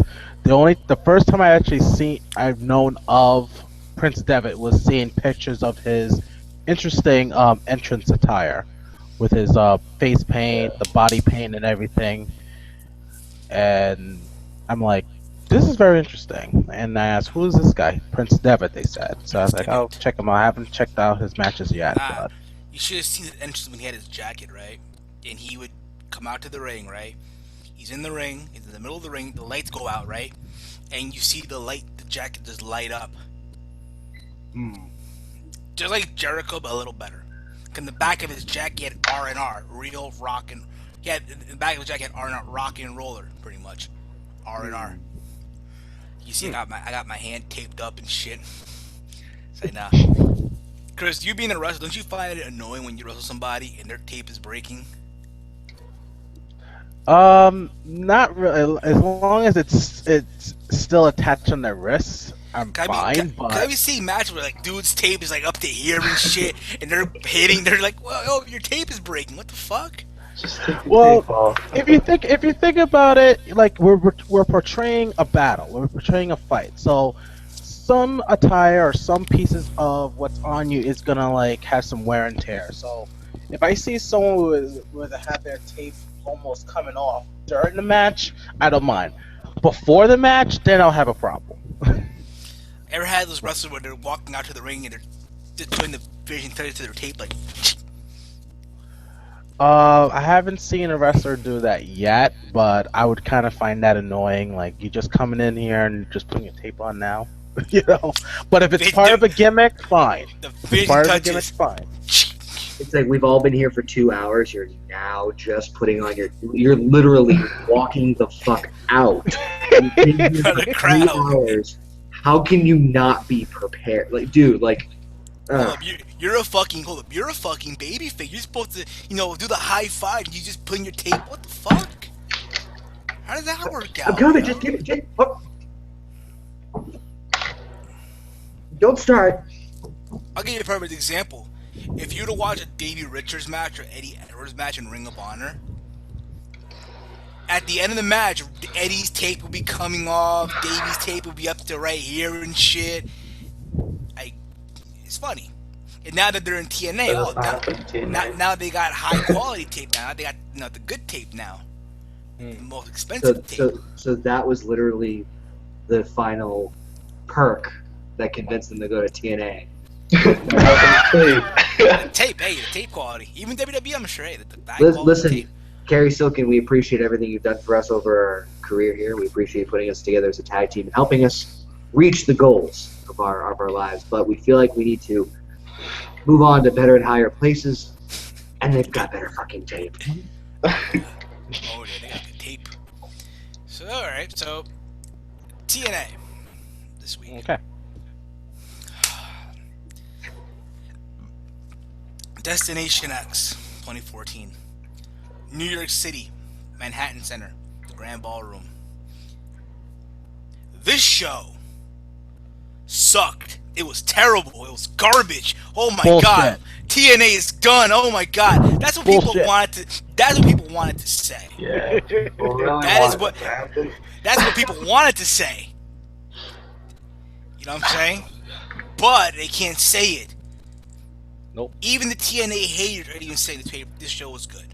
Yeah. I thought overall, I'm not just saying it because myself and Walter were there at the show, and you guys saw us there, fifth row. I Yeah, was so you sweating. guys I saw I you was- guys do the hard cam. I was sweating like crazy throughout the whole show. I was sweating like crazy. I was doing this. It's hot as fuck in that venue. It's hot as shit. You Yeah. packed how many people were in there in like a small area?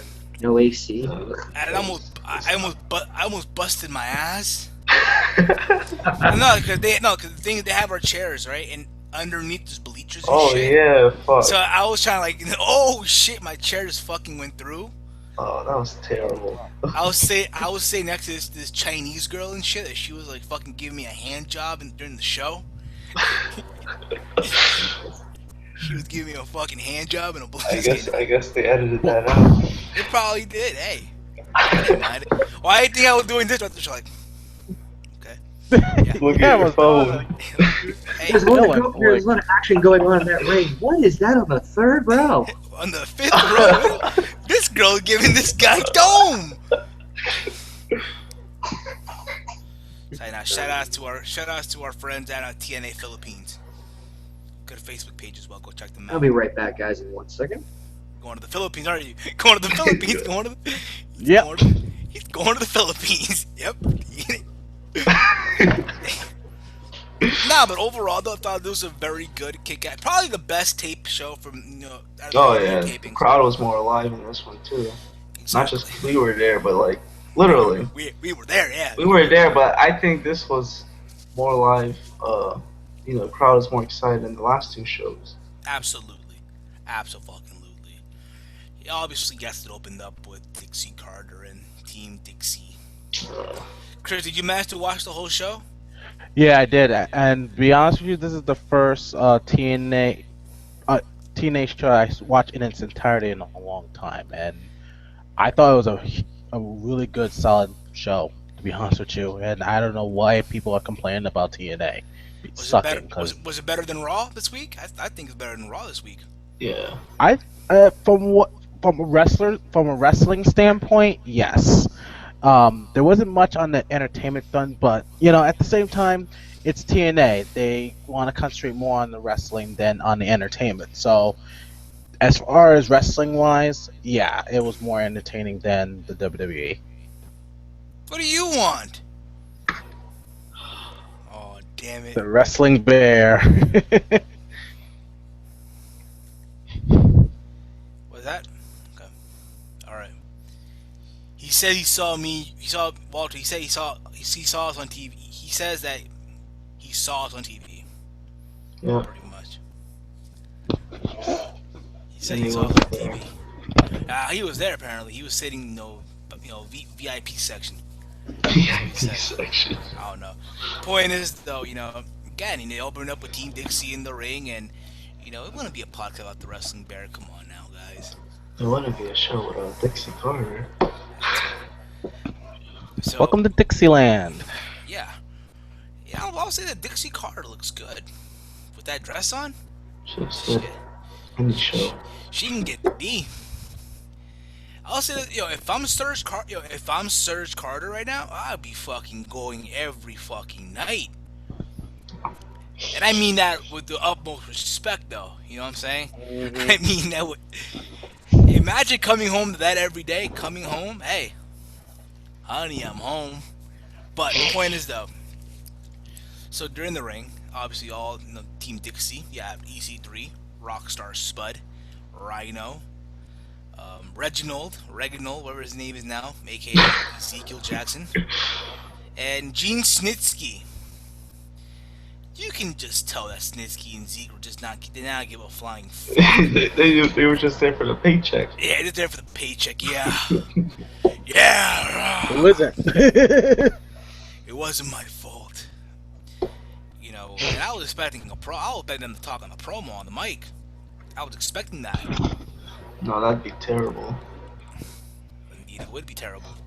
But lucky for us, it didn't happen. But again, Dixie Carr talking about New York City and how their heroes at one time left their precious company ECW to make bigger money in Right. other places. Money talks. Do what you gotta do. Do what you gotta do, hey. You gotta do The what you gotta do. only creative thing I thought it was good when they kept on saying EC Dub was when they were referring to Ethan Carter as EC3. I thought that was clever how they segued to that. But then when they kept saying ECW this, ECW, I was like, can we stop using those letters for once? I'll say that, this though. let I'll it say lie. this too. Again, to go back to what I was saying on Facebook when I posted this, I feel like again WWE dropped the ball on him too. Another one. Yes, they did. Yeah. They dropped the ball. I think yes, he could have been Derek Bateman, but I feel like the guy could go. And again, it's one of those things where you can call him a WWE reject all you want, but at least TNA made something out of him though. Yeah, I mean, he wasn't really part of the main roster most of the time. He was on NXT and the garbage NXT, not the one that we see now. So He had only one main roster match, and that was with Yeah. Ryback. Yeah, he jobbed Ryback. good job, and Because he won that on NXT, and I was like waiting for him. When are you gonna be on the main roster? I thought he earned that. Then he's finally gonna be on. Who won NXT when he was there was Johnny Curtis, now known as Fandango. Remember the final two was him and Brodus Clay. No, they had another season where Yeah, but for no some one reason, won. for some reason they went to they're like, fuck it, we're just gonna go to this regular weekly show pretty much. Yeah, I mean, because they were doing storylines now, it was ridiculous. I'm like, what the hell's this? Exactly. And hey, Connor's back. All right. Hey, Connor, how are the Philippines? And it is so hot down there. Man, Yeah, like I was telling you, man, that girl, I was saying, hey, she was giving it all, man. She I was was Filipino. just thinking about that too. Like, imagine You, like you paid extra 10, yo. She let you Aladdin in her face. the whole pinky. Oh But God! You pay that extra 10, yo. Walter, you can't pay that extra 10, bro. it just I just Instead picture of buying that brown bag special, can't pay that extra 10. imagine just like all of a sudden like like all of a sudden like Tanae and Taz are calling extra ring like this is great, and then just Taz just looks over like while the hard camera's on, just looks over, just like gives Yeah. that's the whole. Say nah, she wasn't. But there was a cute girl. Though. There was a cute girl that was sitting there, next to me. Some girl I could have, if I wanted to. This was a couple years ago, I would have taken her home. But number two, is New York. I don't know what she probably has, or what she might not have. You know what I mean? And I didn't pack my willy, if you get what I'm saying. I didn't pack, I didn't pack, a hat, if you will. I had this hat. I didn't have, the other hat, Hey, it's 2014, Your baseball hat, I get it. I know. So then after this, we had... Oh yeah, by the way, we had that promo with EC3 when he was saying, you know what? We could do one final battle for all the marbles.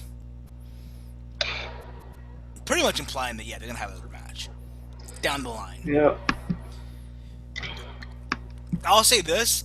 I'll be honest. I don't really care about this feud because you're bringing back these old the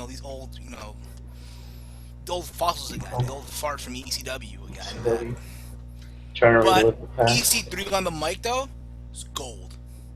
Yeah. That guy on the mic. Kind of, we were saying earlier before you left, to the Philippines, that EC3, we feel like WWE dropped the ball on him completely. Oh yeah, I totally agree with that.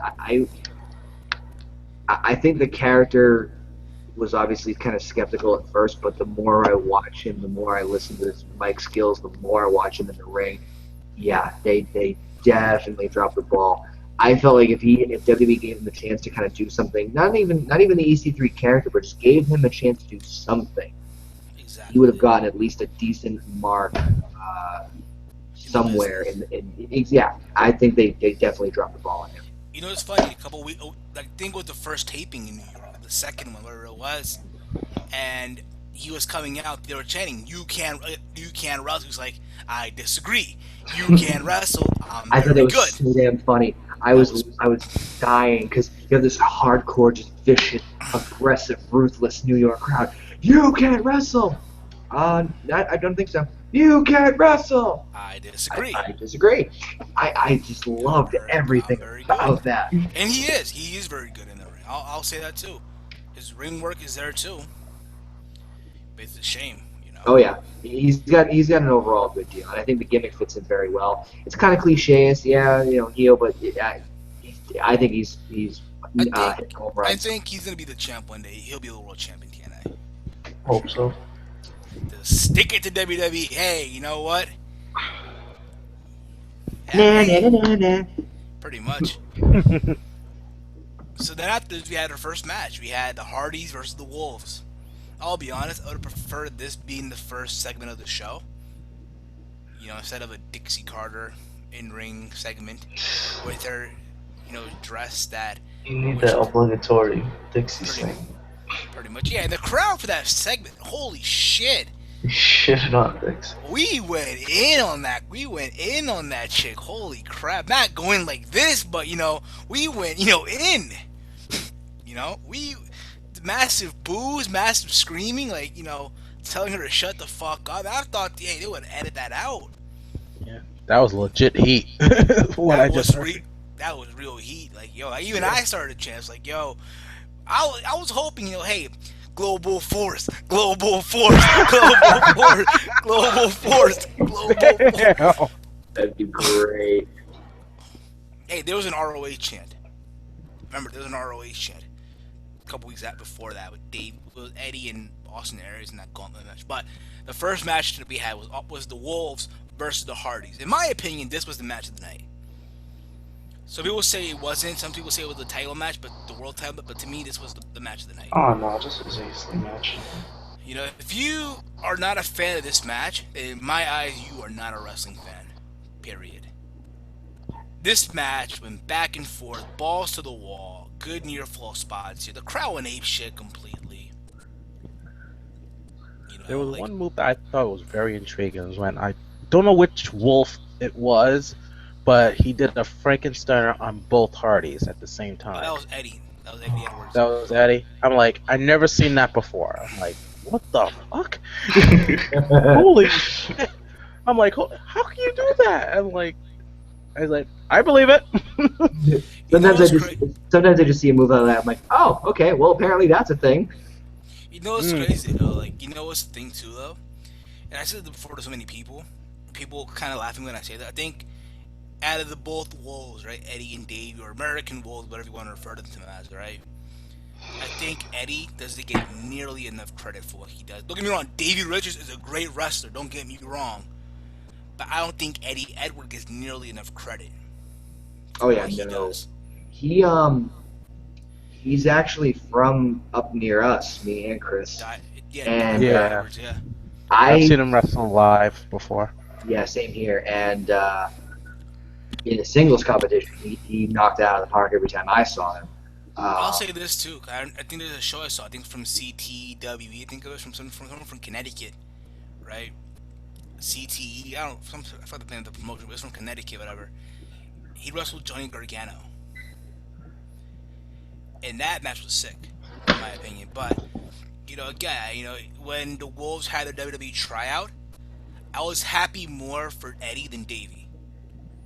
You know what I mean? I feel like Yeah. Eddie deserved that opportunity, even though myself and Walter, we were there at Final Battle when he had his farewell at Ring of Honor. Everyone thought this guy was going to WWE. Like, yeah, this guy's going to be a star in WWE. I guarantee you it. And it's amazing how things turn out. I mean, they fit well in TNA. Yeah, I they think do. I better think than they're the. WWE. I think right now they are the hottest thing in TNA right now. Yeah. I think that is what at least helped this roster float a little bit. Like the Wolves, not in that roster, is like, ugh. You'd have Menagerie and Like Roman. their shirts right now on Shop TNA are the hottest item, the number one sold item on that website right now. The Good Wolf man. shirt, which I have, which I didn't You put on have to. today, but still, I have the shirt. Yeah, I have the shirt. Part of that brown bag special. Uh, I want to Oh, ask you was it? something, Steve. Steve? Shoot away, Chris. Yeah. Would you say that the Wolves are bringing back credibility to the tag team division in TNA? Yes, yes, Um, they are. Unfortunately, though, there really aren't that much tag teams right now as Hmm. there should be. Yeah, I was actually going to say that I have a love-hate relationship with the Wolves only in the sense of I love the fact they're there. I think they're definitely putting the tag team thing on scene. My only, it's a mild complaint. My only mild complaint is I wish they didn't give them the strap so quick because it to me, I'm all about the anticipation, the want, the need, the build. Even though they are the pretty much the only real credible team right now that TNA has. I mean, in terms of looking at the landscape. I just feel like it was a shame they never did the Wolf versus the Bad Influence in TNA. Oh yeah. God, yeah. That'll probably be the only shame. Like, damn you TNA for not doing that. You know what I mean? Like, how I mean, dare you not give us that match in TNA? I mean, to my understanding, they wrestled each other, but Fatal 4-Way UK tour. But they should have had a one-on, a tag team match. Just them two. one, two, yeah. Give it 30 minutes. Fuck, 30-minute match. Hey, they gave us AJ and Daniel 30-minute Iron Man match a couple years Yeah. ago. And the best thing too is the Wolves are very. I'm not saying their promo skills are horrible, but they're very kind of clean-cut babyface. They don't need to say anything to get over as the good guys. And Bad Influence being very good on the mic and very good at antagonizing and sort of instigating a fight. It would be a very easy feud and easy rivalry to put them together with. Exactly. And it's funny too because I thought the matches at the end when they showed that respect, that was awesome too. That was great. The symbol of respect. You had the Wolves get down on a knee, put the belt in the middle of the ring, I think right now the Wolves are probably the number one tag team in the world, in my opinion. They are. Yeah, you're gonna tell me the Usos? The Usos are good, but They're good, but I mean, they're just so watered down in WWE. yeah, they're not that. Yeah. Like people will even say, in WWE, Daniel Bryan is technically, in MMA, there's a term called pound for pound. The Yeah. top 10 best fighter. And if you think about it in pro wrestling right now, people would say, "Oh, number one right now is Daniel Bryan." Yeah. But you can also make the argument for Kazuchika Okada, the Rainmaker, in New Japan. And that because obviously Daniel Bryan is so watered down that you're not seeing the American drag, you're seeing the American sheep. Or the American, goat. The You know goat. what I mean? But again, let's get back into TNA. Back in the swing of things of Impact Wrestling, The Destination Wolves X. are good. Yeah, the Wolves are great. They are amazing. My one question about Destination X, I was expecting Ultimate X Yeah. match. Yeah, I was me too. expecting that, but it never happened. I'm like, where's the Ultimate X match? Yeah, I think because again too, the reason I think is because the guys that you have there right now, like if you have Ultimate X, let's say with guys such as AJ Styles, Christopher Daniels, Kazarian, Chris Sabin, Alex Shelley, guys that made such a great impact in those kind of matches. That don't get me wrong, guys such as Manning, aka TJ Perkins, who's behind the mask, guys such as some Davey Richards, Eddie Edwards, Austin Aries, they're all great talents, but you can't picture them climbing the X trying to get the title. I see. You know what I mean? Yeah. But overall, we had apparently three triple threat qualifying matches. The winners of each series would go on to meet in a triple threat match for the X Division title next week. Here's my problem with that. Okay? It's Destination X. Yes, that's the show where whoever is currently the X Division champion gets to cash in that title to face the world champion. You would also assume because it's Destination X, where it pretty much what's the word I'm looking for? It um able to symbolize what the X Division is all about. You would think on this paper or this free preview, we would crown a new X Division champion. Yep. You get what I mean there? Yeah, I don't know why they just didn't go ahead and crown the new champion right then and there. See, if they took out like a Dixie segment, they could have had something like that. Two segments. They had 2 segments for If you it. take out that Beautiful People segment, the Dixie Carter segment, fuck, you would have had it. Yeah. Fuck. That's Yep. the only critiques that I have with TNA. It's the only type of small critiques. But there's one big critique that we'll get into in a little bit. Okay. That lesson. Chris is like, I don't No, know. I was about to say something. That's why I was waiting for you to finish. We're gonna learn why you don't spoil an angle that you've been building for 4 months in a little bit though. Don't worry, it's coming. Yes. It's coming. It happens. It happens. Darn it. What's that? It happens, old bear. Yeah. What do you want? Go away. What do you want? This is the wrestling bear. He's leaving. Looks like he's seen better days. Yeah, he has. This is what happens when you have him be influenced with the WWE network. Mm. Yeah, that happens. The influence of the WWE You network. resubscribe, right? I admit I have resubscribed to the WWE network. Mm-hmm. Try to get them to sponsor. Take that sponsoring WWE network because there's nothing better for pro wrestling than the WWE network. The best, just like the best cars in the world is Porsche. Feel the road. Just like the best soda in the world is Coca-Cola, the golden cola. Okay. I see you doing commercials now. Like the best cell phones in the world are the Samsung. That's for it. The whole sponsorship thing is just completely absurd, ridiculous, and unnecessary. I apologize. But that's none of my business. Man. I'm sorry, what were we talking about? Oh yeah. So we had the first qualifying match. We had Low Key returning again versus DJZ and Manic. Okay. I thought this was a good match. You knew going into Low Key was gonna win because they played a video package promoting Low Key, my history with the X Division and all that, right? And that stare down with him and Samoa Joe. Yeah, exactly. That was amazing too. I'm like, okay, apparently they're gonna have a match in the next taping, the next week for the Impact taping. I wish I could go to this, but I can't because I'm broke right now. Hammer time, can't touch the right? So the thing is that, okay, you know how people complain when a part-timer comes into WWE and they take the spotlight, right? They take the moment, whatever. And this, now I don't know how long is Loki's deal, whether it's long-term or short-term, I don't even know. I got this from Chase Oliver 68, which, by the way, will be our guest in the next couple of weeks coming up for the go-home show to SummerSlam, the weekend before SummerSlam, pretty much. You'll be our guest. But I think I got this from his review, and I kind of agree with him in a way.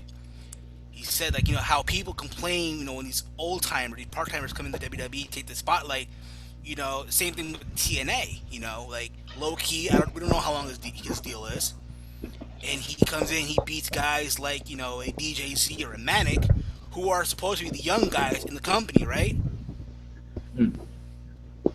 Yeah. No, don't get me wrong, I like Loki. I think Loki, is great and all, but at the same time, I think he makes a point there in a way, Yeah, it's just a lack of development for the X Division. That they had to bring all these All Stars back just to make it kind of relevant.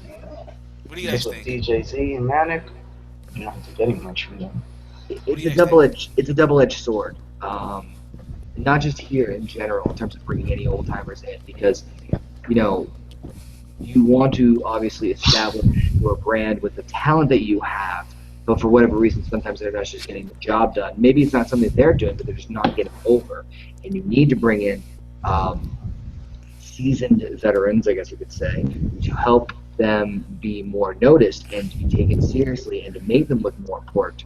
So it's really kind of a tricky situation where, yes, you want the homegrown talent to get themselves over, but sometimes they just need a little extra push to help the audience kind of believe in and thinking of, okay, this guy is legit, this guy is, whatever you want that character to be. So it's a very tricky situation. Absolutely. But then again, I thought it was a good match. Probably the best out of the 3 series of matches, in my opinion. But here we got to me too. All right, involving spoilers. Because I don't know how many of us here are subscribed to the TNA Impact Wrestling YouTube channel. Oh, God. Okay, I know where you're going with this. I'm subscribed to their channel. I know where you're going with this. So earlier in the day, I'm at work, right? I'm just on my break, minding my own business, right? And I go on social media to check out my updates like I normally do on my break, right? And I go on my subscription, and I see a video of Impact Wrestling. Oh, the fucking X Division qualifying match. Low key, fucking Manic and DJZ. Like a 2-minute thing. Yeah, right? I seen that and too. they play the result. They show like, low what key. are they doing? Why? What? I'm like, maybe it's a mistake from the YouTube channel, but I didn't think that So was whoever run, they got to get fired. I was about to say, and someone just got fired. Someone got fired. Yeah. Oh, I'm not surprised because look what happened after the show. We'll get into that. They in a bit. basically Don't I'm just Spoil saying. it. Don't spoil I it. didn't spoil it. But then again, that's none of my business, though. That's none of my business. Pepsi. So they pretty much played that package before Destination X aired, is what you're saying. Yeah, that little clip of low-key beating in Yeah. that triple threat match. Which really got me like, yo, what the fuck are you doing, TNA? What the fuck are you doing? Bad baby. Boom! baby. Boom! They One of want those to things promote where the you show. It's What one the of those fuck are you things where you just want to go up to the producers with a rolled up newspaper, just him and Ed say, It's like, no, it's like, no. it's like, what the fuck are you doing? Oh, shit. That bear's aggressive. Oh yeah, he I has. think he might need a bear trap, Oh damn, but that's none of my business. that's none of my business. That's none of my business. That's none of my business. Nah, so I mean, again, Loki wins. Cool to see him back. The crowd's cheering for him. Super over in New York, and being that obviously, Loki has a history with the Grand Ballroom, New York, Ring of Honor back in the day, right? Then we had the next match. I believe it was Sonata versus Crazy Steve and Brian Cage. And before we had a promo by James Storm calling himself the living legend, insulting the Great Muta, calling him the Great Fraud. Saying that now Sonata is under his tutelage now, pretty much, and that Sonata will obey him. Right? I'll say this, right? I think James Storm right now is gold on the mic. As a heel, I think it's gold. In a way, I think it is. I think, honestly, if they were to give Samoa Joe the world title right now, I think he could do a good program with James Storm, in my opinion. Yeah, I've always liked James Storm. Connor's like, no. He's always been good on my He's like, hell no, he'll see. Hell no. No, I was just trying to gather my thoughts. No, I love the swerve. I thought it was very clever. I didn't see it coming. I actually prefer Storm as a heel than I do a babyface. As much as I love the beer drinking, sorry about your damn luck. I much prefer him as this heel, and I felt like when he wasn't in the title picture, he kind of got a little stale. But now this whole thing with Muta and Sonata is kind of given, at least for me anyway, an invigorated interest in him again. Not that I never thought he was a bad performer or a bad wrestler, but in just terms of what he was doing creatively at that time, this is kind of revamping me into him again. Exactly. Absolutely, man. Then we had the match. I thought this match was there. I'm not saying it was the best, but it was there. You knew because of the heel turn of Sonata, they were gonna have him win, right? Yeah. Gee, where's Chris? No, we're about to get into the in the middle. We're about to get into it. I feel like he would have been here for this. He just went to go check on the Philippines. I'll be right back. He going to the Philippines. Hey, he's back. He's back. The Philippines. The Philippines. Hey, I love the Philippines. Come on, I love Manny Pacquiao. But anywho, after this we had a backstage segment of the beautiful people that I did not care about. They have a secret. They're gonna reveal something next week. I don't care. Whatever. Um, yeah, it was whatever. We had a what else we have? We had a backstage segment with what was it? Bobby Roode and Austin Aries, where they talked about how 2 years ago, Austin Aries beat Bobby Roode, and Bobby Roode admitted, it wasn't a fluke. You were the better man. I like that because it makes Aries come out more serious, more credible in a way. Being that he's going into the title match, and yeah, pretty much. And he said, "Oh, once you win the strap, for all the bullshit that MVP's put us through, put me through, put Eric Young through." When you win the title, we can have a rematch for the title once again for all in-ring competition, pretty much. That would be awesome. Yeah. And then we had the next series match, the next qualifying. We had Samoa Joe versus Homicide versus Tigre Uno. I feel like in this match, Tigre was put just to carry the whole match in a way, do the high-risk moves. Yeah. You could tell Homicide looked tired. On live, it was good. But seeing it on TV is like, okay, you can just tell this guy was gassed. Pretty much. And Samoa Joe won, obviously. Of course he's going to win. Because before that, they had a segment with him and Angle. Apparently, Angle said in the promo, the X Division is going to go back to being no limits. And there you go. That's right. They did that thing where they limited it. I forgot. Sorry, Chris. No, it's alright. I was just gonna say it was kind of funny how the previous match had a big, huge, muscle-bound man known as Brian Cage. Effing machine, yo. He's a fucking machine. And I have to say, I when I saw this guy work, I was like, he's Samoa Joe with muscles. Like the guy can move. He has speed. He has agility.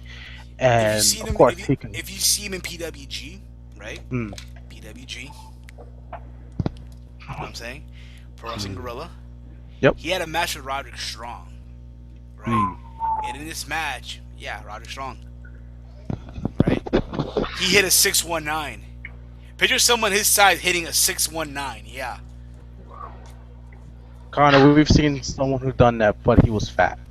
You know what I'm talking about, right, Connor? Yeah. T-Phoenix? T-Phoenix? But for someone like Brian Cage to do a 619 where he was, that's... God bless him. That's all I have to say. God bless that man. I'll be honest though, I feel like he focuses more on bodybuilding than wrestling. Because every time you see him, he's more bigger in muscle. Oh, yeah. Holy shit. He's really built. Eventually, the muscles are just going to overtake his body. He's not going to have a neck. It's just going to go up and eat his chin. Honestly, listen, if I'm TNA, I would consider signing Brian Cage. I think they have to. He looked really impressive in the match. Yeah, he would. Yeah, so. I wasn't gonna. I'll be honest with you. I was being kind of stereotypical, like how a muscle-bound guy is gonna keep up with guys in the X division, and I was proven wrong when I saw his performance. I was like, I should shut up next time and just watch. And also, we saw a big Niet promoting a new knockout coming to TNA. Jessica Havoc. That's what they need, more knockouts. Exactly, they need more knockouts. No, they really do, though. Yep. They do. I can't wait. I really do. Also, speaking of signings, excuse me, they signed a new talent to TNA, a U.S. Marine or Army veteran, Chris Melendez. Oh yeah, I heard about that. I heard about that too. Apparently, he is a wrestler who trained on the Team 3. He has an amputated leg. I like the story. I dig it. My only thing is, are they gonna try to use this to get publicity to convince Spike? Okay, if they're gonna use that, I think in a way is kind of fucked up. Yeah, So I hope they actually pretty much, use him. so pretty much similar how WWE used Zach Gallen, pretty much. I think so in a way. But again, Yeah. I listen. I have no problem with anybody trying to live their dream. That's fine. Yeah. Go for it. You know what I'm saying? Yeah. But I don't know. I don't know. I haven't seen any of his matches. I haven't seen any of that, so I really don't know what to expect, to be honest. You know what I mean? Well, I'm I, not gonna doubt him because if Zach Gallen can do it, he can too. You know what I mean? yeah, but yeah, of course. But I think he has the metal part in the bottom though of his leg. What was his leg? The metal thing. So I really don't know how that's gonna work out either. Right. You know. And they also re-signed apparently Brooke Tessmacher. They re-signed Samuel Shaw, and they re-signed apparently DJZ. You know what I find annoying, that they posted on Twitter, hey, we just re-signed. They have John Gaborek take a picture with these guys. Like, yo, come on, who cares? They're not big time signs. All these signs they always releases. Like these wrestlers are good and all, but No one what are you cares. doing with Brooke? Brooke's not even She's active doing the anymore. Great Race right now with Robbie E. The biggest thing that shocks me the most is the fact that they're publicly re-signing, even with the whole Spike TV controversy going on. Yeah, multi-year Exactly. deals. Yeah. Here's my thing too, and the way it pisses me off. You can re-sign these talents, but you can't re-sign AJ Styles. Yeah. Mr. Daniels. But then again, that's none of my business, right? They re-signed Robbie E. They re-signed. Oh fuck! So They I resigned thought that. They resigned that tool. Robbie. Got him right here. Robbie. Yeah. More broke. But yeah, I mean, but you're gonna say, I'm sorry. I feel like I didn't want to cut you off. no, no, no. I was waiting for you to finish, but I thought that it was more AJ Styles don't want to resign. I didn't know that TNA doesn't want to resign him. No, apparently what it was down to just the money, pretty much. That was the issue. Oh, okay. Apparently, TNA wanted to sign to a lesser deal for less money, and AJ's like, nah, fuck that, And I understand that too, because AJ Styles was the face of TNA. He was the guy that when you think of TNA, you think of AJ Styles. Of course. Even the casual fan who only watches WWE, when they think of TNA, they would think of AJ Styles, right? The Styles Clash, the Phenomenal One, the gloves. Yes. I don't have the gloves on me now, but I watched his shoot interview after he left, and apparently he didn't give us. This one right here from highspots.com, That's the one. that got signed by AJ Styles himself at Ring of Honor World of the World. Nice. And I believe, you can quote me, you can correct me if I'm wrong. He did say, I think he said it was something like almost 2/3 of what his original deal was. Yeah. So essentially, like, they wanted him to resign, but only at the pay rate of 2/3 of what it originally was at. So he would have to take a 1/3 paycheck cut, and he felt that with everything he's done for the company and all that stuff, he couldn't do that. And also, I heard reports that he's making more money now on the Indies than he ever did in TNA. Oh yeah, and the thing too is, like, from what I hear from certain people, depending on the success rate, you can make a very comfortable living on the Indies. Hell, Put it this way, Especially in Japan.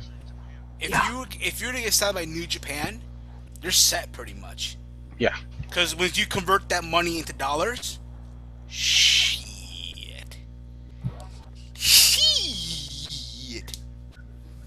So yeah, hell, look at Cole Cabana. boom, boom. That's none. But hey, that's none of our business. That's none of our business, right? None of our business. But okay. Then we had, I believe it was the main event, right, for the TNA World Title. It's coming. It's coming. Okay? It's coming. That's what she said. Oh, That's what Ouch. they said. Okay. Don't worry. The rant will come. The big moment. The moment is coming. The moment. Oh, it's fine that Aries didn't win. We had Austin Aries versus Lashley, the destroyer for the world title. And I'm sure you guys saw my sign, that big ass green sign, Aries for world champion. They got a I good couldn't. I camera. couldn't read the sign. I couldn't read the. What did it say? Aries for world title. Ah. Right, and overall, I thought this was a good match too. All right, Austin Aries gave Lashley a run for his money. I think this was probably Lashley's best title defense out of all that he had with Eric Young, with Jeff Hardy, now with Austin Aries. Austin Aries countered the spear and hit it with the last chancery. Right after that, he hit it with the brainbuster. He legitly hit him with the brainbuster. He didn't half-ass it. And considering his size, doing it to hitting the brainbuster on Lashley, who's bigger than him, I thought that was cool. He actually got to lift him up, him with the brainbuster, and got that close near fall. I was ready to jump out of my seat when that slash happened. 1, 2. Oh, he kicked out. Fuck. I was mad. Then Aries did an unnecessary suicide dive on the bottom rope. Oh God! Think about it. On the fucking bottom rope, it does that. One thing is through the middle rope, fine, but under the bottom rope, holy shit! He fucks it up. Was that you know what really got to me too, when he did like the double X handle from the outside of the ring. I'm like, yo, I feel bad for I cringe when I see him do that. Considering the much damage he takes to his knees. Yeah. You think when you do the double X handle, right, from the outside, your knees get the full effect, right? Right.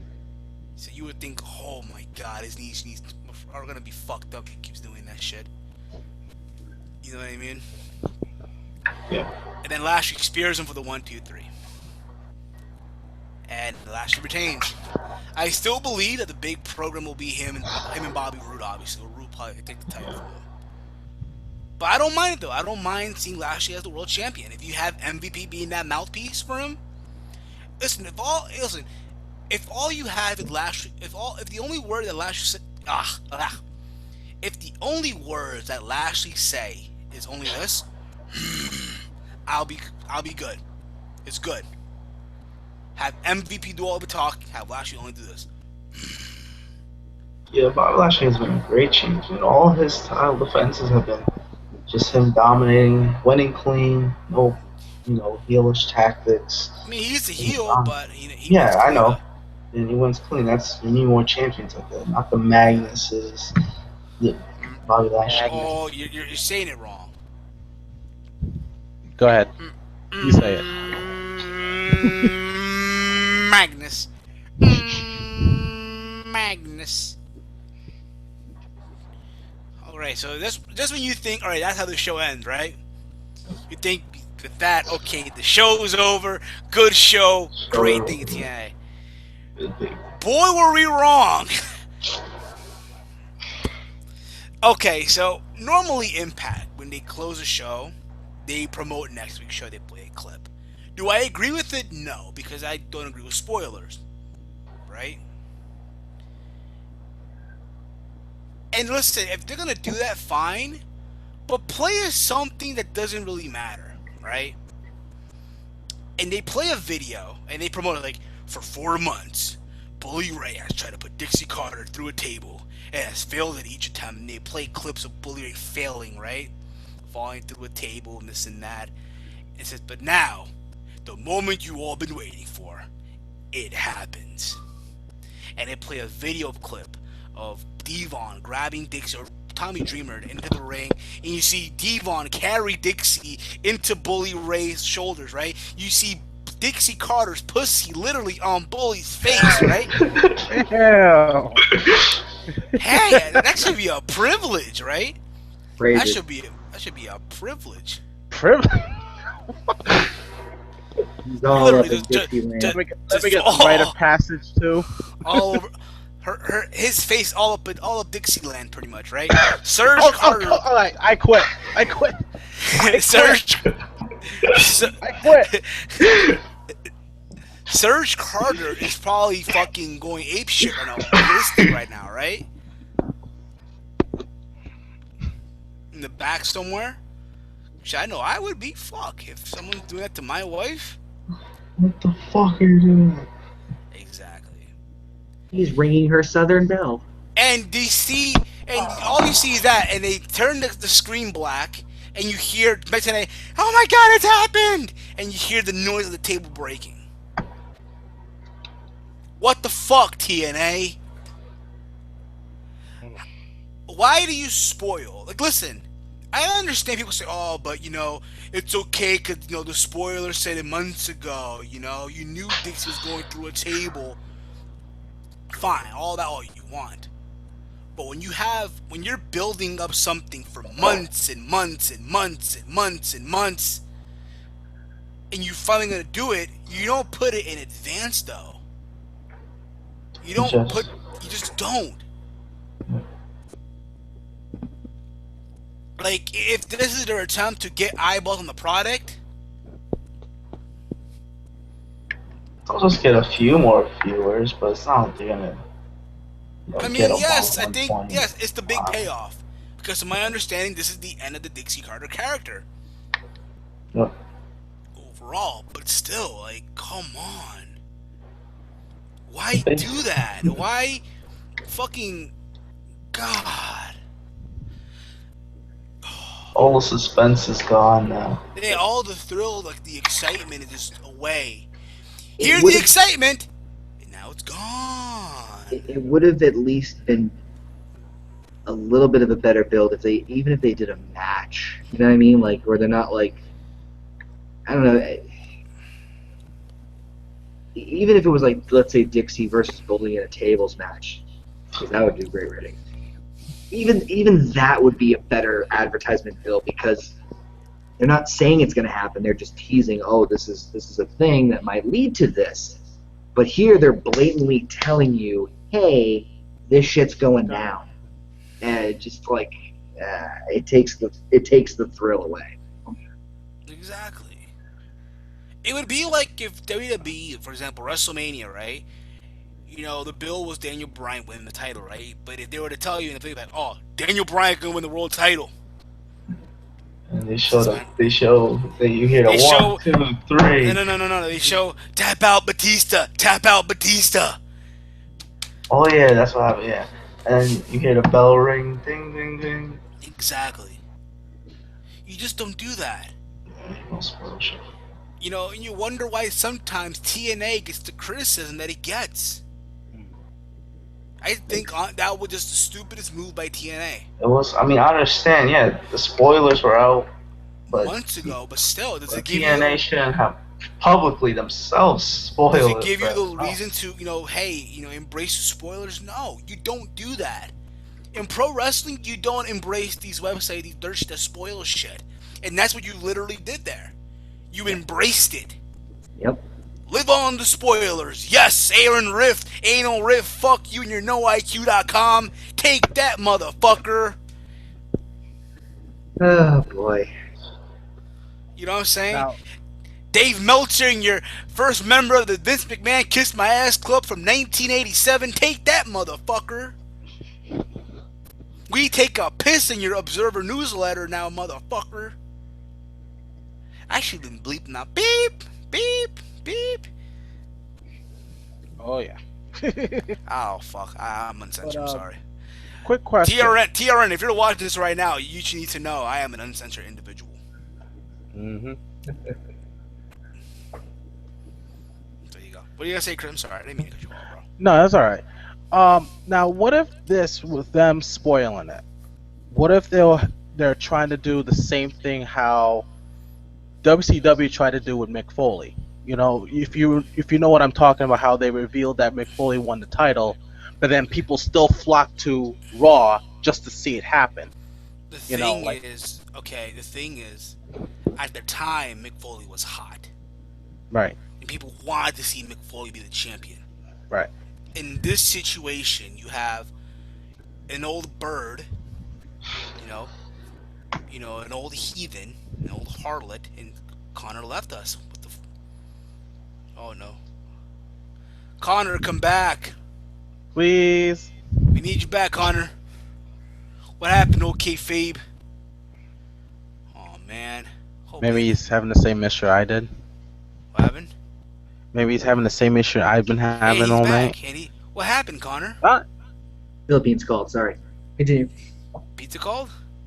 The Hey, Philippines. Yep. Oh, they call it the Philippines. Yeah, good people. Awesome. Good people. Yeah. So like I was saying, at the time, Mick Foley was hot. Yeah. The hottest thing in the wrestling at the time, and people wanted to see him win the title. And when it happened, great, right? In this case, in Dixie Carter, Bully Ray, and Team Devon and Dreamer and all this, what do they all have in common? They're all seasoned. You know? So there's the value ain't there. Let's be honest, no one really cares about Dixie Carter like that. You know what I mean? Very true. That's the difference. But I think that even though they show glimpse of it, they still want to see Dixie Carter go through the table. Like they actually want to see it. Yeah, but the thing is, though, one thing is, thrill. Like, the moment actually happened. You know what I mean? It's like when you go to a movie theater, right? You watch a movie with your wife, whatever it may be, and you want to see the ending, and you have the experience of the movie, right? It's like you see the scenes and all that, and it leads up to the climax of the ending, right? Yep. And out of nowhere, some guy comes in and tells, "Oh, this is how the movie ends, guys," and he leaves the fucking room, and it ruins it. You know? Yep. Good point. Very good point. What do you guys think, Walter, Connor? What do you guys think about this? It's Connor, what's with the monocle? Getting fancy. It's I don't know. I just think they should have spoiled the period with Dixie Carter. That like you said, this was a major storyline. Her getting put through the table, and you want a good build up to it, which they've been kind of doing. If you wanted to promote something that could have that could tease it a little bit, just do it the way they were doing for 4 months and stuff, and be like, can it happen next week if Bully Ray's team wins next week or something like that? I don't know, but I just think what they did was kind of premature in a way. Yeah, I think that honestly, I would have been more comfortable with them advertising a match rather than the actual event or moment of that, of Dixie being put through the table. I would have preferred them doing that, because essentially what they're doing is, like you guys said, they're spoiling the segment. They're saying, okay, this is actually going to happen. And I think in this particular instance, in this particular circumstance, okay, Dixie's going to be put through a table. Woo. It's not anything too exciting. Yes, they've been teasing it. Yes, they've been building it. The actual act itself isn't that big of a tease or a build. It's the moment building up to it that's more anticipated. Like when it's more spur of the moment, impromptu, I guess you could say, then it's more entertaining and more exciting, and they just kind of right. What's that, darling? What's that, darling? Amazing. Me going through a table? No, darling. Yeah. Or Dixieland. Hey, go Dixieland. Yeah. His face all up in Dixieland. So I do agree with you guys, and I think if they left the question, will Dixie Carter finally go through a table, I think that would have been a better way to sell it. But like Connor said, talk about the match, and then maybe end it. Will she finally go through a table? I think that would have been a better way to try to get people to watch it next week, rather than just spoil it outright. You just don't spoil it, in my opinion. I'm sorry, you just don't. Honestly, there's no way you can defend this, in my opinion. You just can't defend it. You can't. No.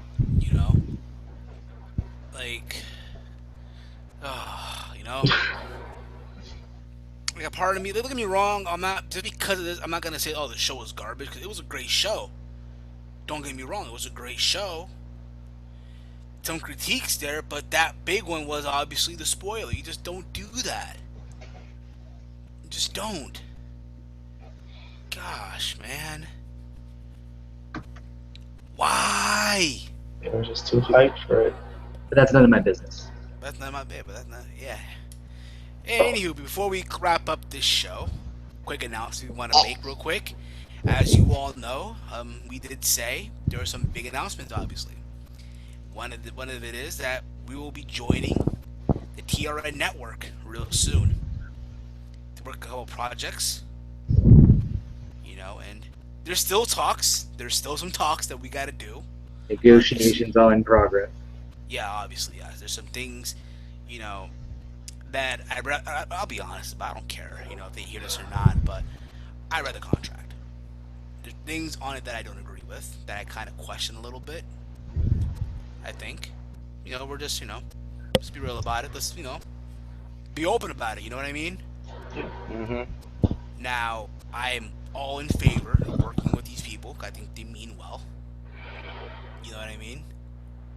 I think they all mean well. And we're going to be working with them real soon. Pretty much what it's going to be, myself, Knowledge of Wrestling, Duo Dreamer, will be doing a weekly show on their channel. Pretty much. And one Saturday a month will be a live stream on their channel. And now we're probably wondering, how will that affect the TEAMHEEL podcast? No, the TEAMHEEL podcast will still happen. It will still happen.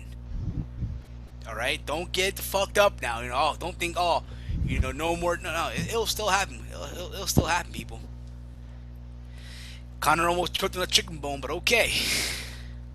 I just got very worried. Good help. Yeah. Oh, yeah. I imagine, fuck.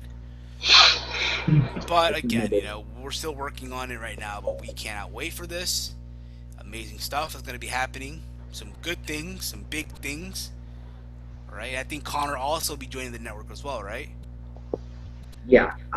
There's some fine details I'm basically working out on our end, just in terms of making sure that everything is on the up and up, that both of us are agreeing to the same thing, that we're not basically committing to anything that we don't think we can deliver on both our parts. And so, but yes, I will be joining TRN as well. Oh, sorry, yeah. So there you go, guys. And also, next week our guest will be in the Rope Show, Matt, Zach, and Josh, all three members of ITRS. Fun. We have Over the Rope. We have we have In the Rope Show. We have OTRS. So many in the ropes. Thank you. People are asking, will there be a rant off live? Who knows? Maybe there will be. I might get my ass chewed up, but hey, it happens. I might get my ass chewed up and rant off. Yeah, I got mine kicked on the first episode, so. Yeah, I seen Angie's trot out. I'm like, damn. I'm sorry. You just can't. I can't do it. I can't do a rant off. I'll get my ass. I'll be fucking. I'll be Eugene pretty much. And the week after that, August the 15th, the go home weekend to SummerSlam, our guest will be Chase Oliver 68. So yeah, guys, this has been big things are happening. Big things pop. I cannot wait. Plans are so good, it makes me want to slap your mama. Do it, Willie. Yeah, boy. Hey, mom, what the hell, Willie? The amount of energy you have at 2:30 in the morning is astounding. What happened? The amount of energy you have at 2:30 in the morning is. Hey, bro. Hey, it happens, bro. This is what happens when you drink Pepsi, a 1.5 liter bottle of Pepsi. You're worse than my wife when it comes to drinking Coke. Inca Cola, a Peruvian 20. I'm good to go, man. I'm good to go. Hey, this is what happened when you work a shift where damn. So I cannot wait, guys. I cannot wait. So yeah, guys, what's happening? Anything you all want to say before we shut this baby down? Anyone else? Any other news that have happened that we may have not discussed yet that maybe we should discuss before we. What about the WWE financials? Apparently they canceled the magazine. Yeah, they canceled. Oh, damn They it. cut, I think, 55, 53 staff members. About 55, and 70%. for some reason, still, For some reason, Zack Ryder is still employed with the WWE. Oh yeah, it's because of JB on culture. You know what I think, y'all? For Zack Ryder, if he wants to be saved, get in Total Divas. Which Wait, like get into a diva or? No. Be on the show. Like, Oh, date a diva. Date a diva. Date fucking Rosa Mendez. Pretend to date her and shit. You know, you'll be good. Mm. So I, yeah, I did guys, see the possibilities being really limitless with that. I was watching NXT last night. The main event of NXT last night was Adam Rose versus Tyson Kidd.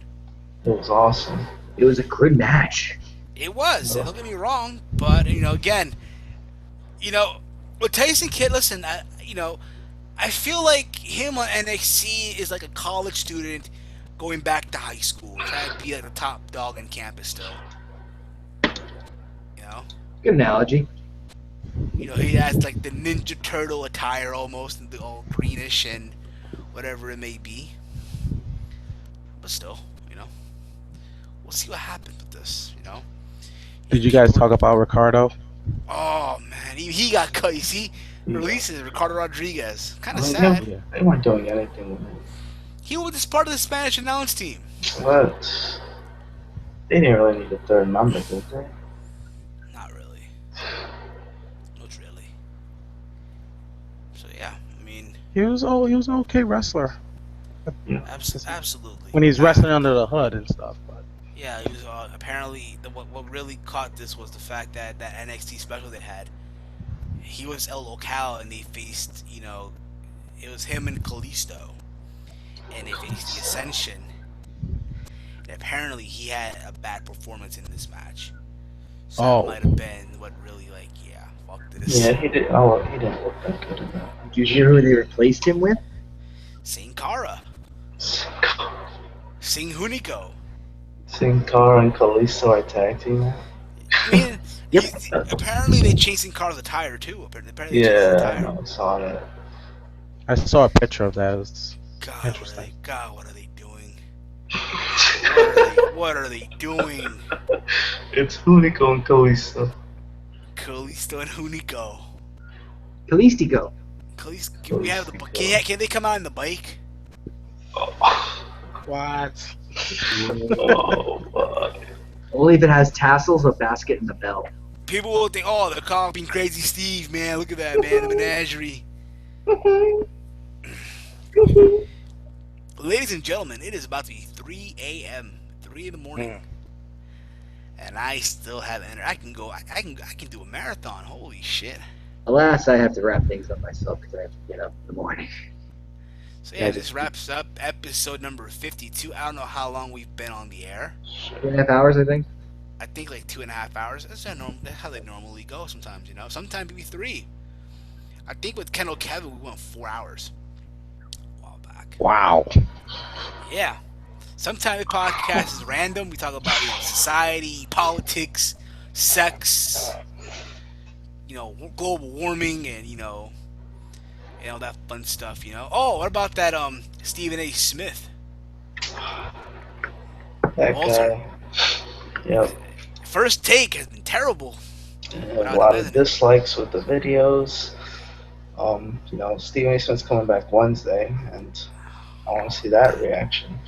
And apparently also Whoopi Goldberg also got suspended. Apparently. Oh yeah. Seriously, man, what's wrong with this country? Gets too sensitive over everything. Bro, it's these feminists, man. Feminists, man. He didn't say anything wrong. Did you guys hear about this? Did you guys hear No. No. Stephen A. Smith? Walt, do you mind elaborating since you are the sports analyst? I mean, it's not really a sport. It's more about, woman domestic violence. It's like Stephen A. Smith basically said that, a man shouldn't hit a woman, but a woman shouldn't provoke the man to hit.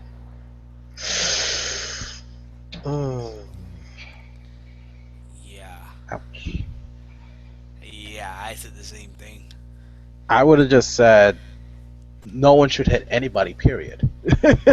Yeah. You know what I thought too, though, right? If they were gonna have him be gone, they'd at least replace him with Jonathan Coachman, Nah, they have a bunch of random people. the coach on ESPN. Missed that guy. But anyway, yeah, guys, it's time to wrap this up. At this Alright. time, we want to thank our guest this week, OkayFabe, for being a guest on the show. Thank you so much. I'll take this. That's not Wow. Thank you for having me. I appreciate it. Before we go, do you want to promote your social media? You know, your Sure. fun I'll stuff, do all that quick. hoopla that you normally say. All that hoopla. Yeah, so I have a YouTube channel, youtube.com/OkayFabe, number 4 ever, and then of course my Twitter handle @OkayFabe. I guess the main two ones. And also, guys, check out marksforlife.net. Marks for Life. Is it .net, right? It's .net, right? Yes. Marksforlife.wiki. .net. Once again, you know, you can catch all of Connor's content there as well as other guys such as the PW Outsider, in the Rope Show, and so many other stuff there. I think it's a good site to check out as well. Also, check out his content soon to be on the TRN network, as well as our stuff as well. Hey, best for business. You know, hey, you never know who's watching. You never know.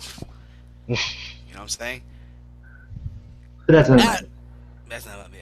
As always, guys, you can see on the screen, you can follow me on Twitter @HeelSteven. Subscribe to my YouTube channel, youtube.com/HeelSteven. As always, guys, also, if you're watching us live on this channel, hit the subscribe button. We go live every week on the Team Heel podcast, every Friday.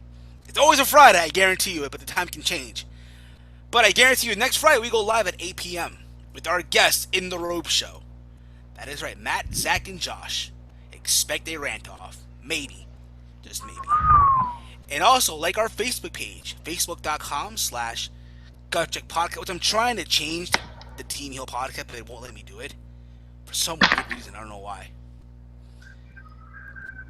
So, yeah. And also, like our affiliates at Wrestling News Talk, the Facebook page as well. All those plugs out of the way.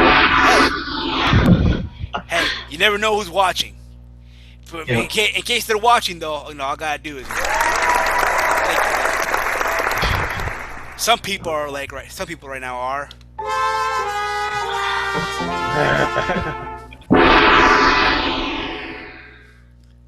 But yeah, you can follow me on Twitter @HamWalter. Subscribe to my YouTube channel, youtube.com/KnowledgeWrestling. And you can check my channel out on YouTube, Duo Dream 2K26. And that's it. And we're out like Janet's titties. Peace. Oh yeah, look at them up in the Dixieland, Dixie. Philippines. Philippines 9 is right here.